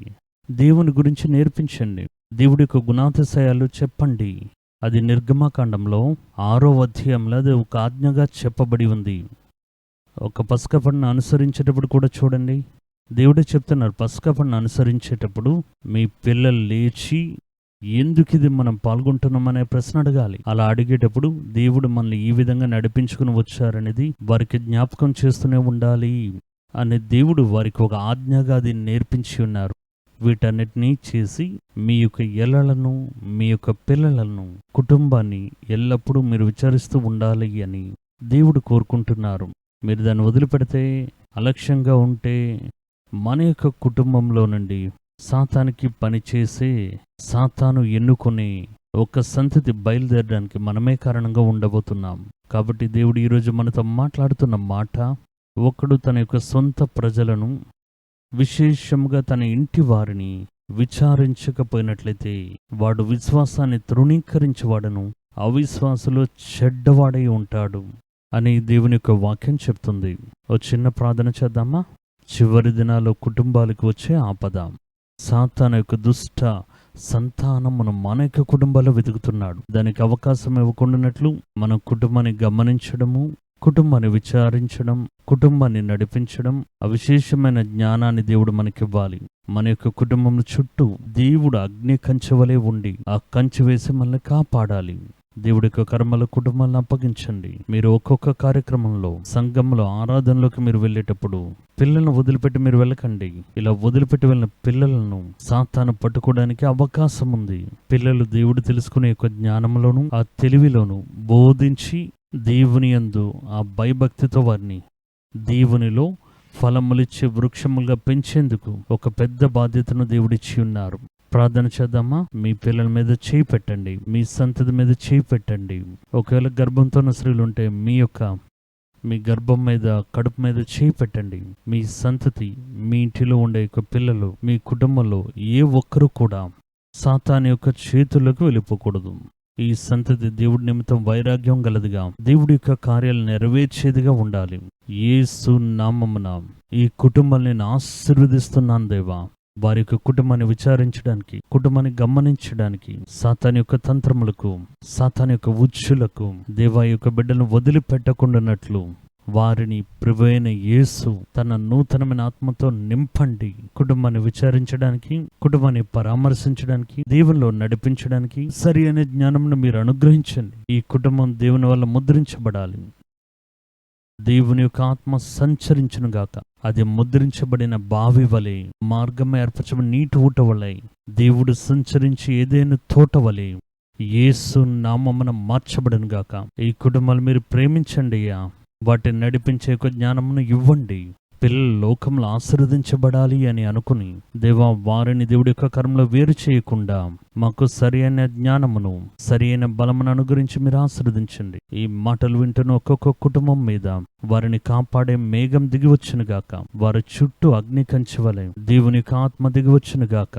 యోబు కుటుంబం చుట్టూ కంచెను వేశారు కదా, ఆ కంచెను మీరు వెయ్యండి అయ్యా. సర్పము ఏ విధముగాను ఈ కుటుంబంలో ప్రవేశించకుండానట్లు యేసు నామమున ఒక కాపుదల వలయాన్ని ఏర్పరుస్తున్నాను. నా ప్రార్థన వినండి. ఈ బిడ్డలను ఆశీర్వదించండి. దేవుని యొక్క రాకడ పర్యంతం ఈ కుటుంబంను, ఈ సంతతిని ఏ ఒక్కరును వదిలిపెట్టకుండా, పాడవకుండా దేవుడు పరామర్శించండి. యేసు నామమున మా ప్రార్థన అంగీకరించండి తండ్రి. ఆమెన్. దేవుడు మన యొక్క ప్రార్థన విని ఉన్నారు. ఇంకా చాలా కార్యాలు కుటుంబం గురించి ఉన్నాయి. బైబిల్ మీరు చదివి చూస్తే కుటుంబాన్ని ఎలా నడిపించాలి అనేక సందేశాలు దేవుడు చెప్పి ఉన్నారు. చివరి దినాల్లో సాతాను యొక్క లక్ష్యం దేవుని యొక్క పిల్లల గల కుటుంబాలే అనే విషయం మర్చిపోకండి. కుటుంబాన్ని విచారించడం, కుటుంబాన్ని పరామర్శించడం, గమనించడం విషయంలో జాగ్రత్తగా ఉండండి. ప్రభు శీఘ్రముగా రానే ఉన్నారు. మీ కుటుంబాలకు కావలసిన మంచి ఫలములు ఆయనతో పాటు వస్తున్నాయి. ఆమేన్.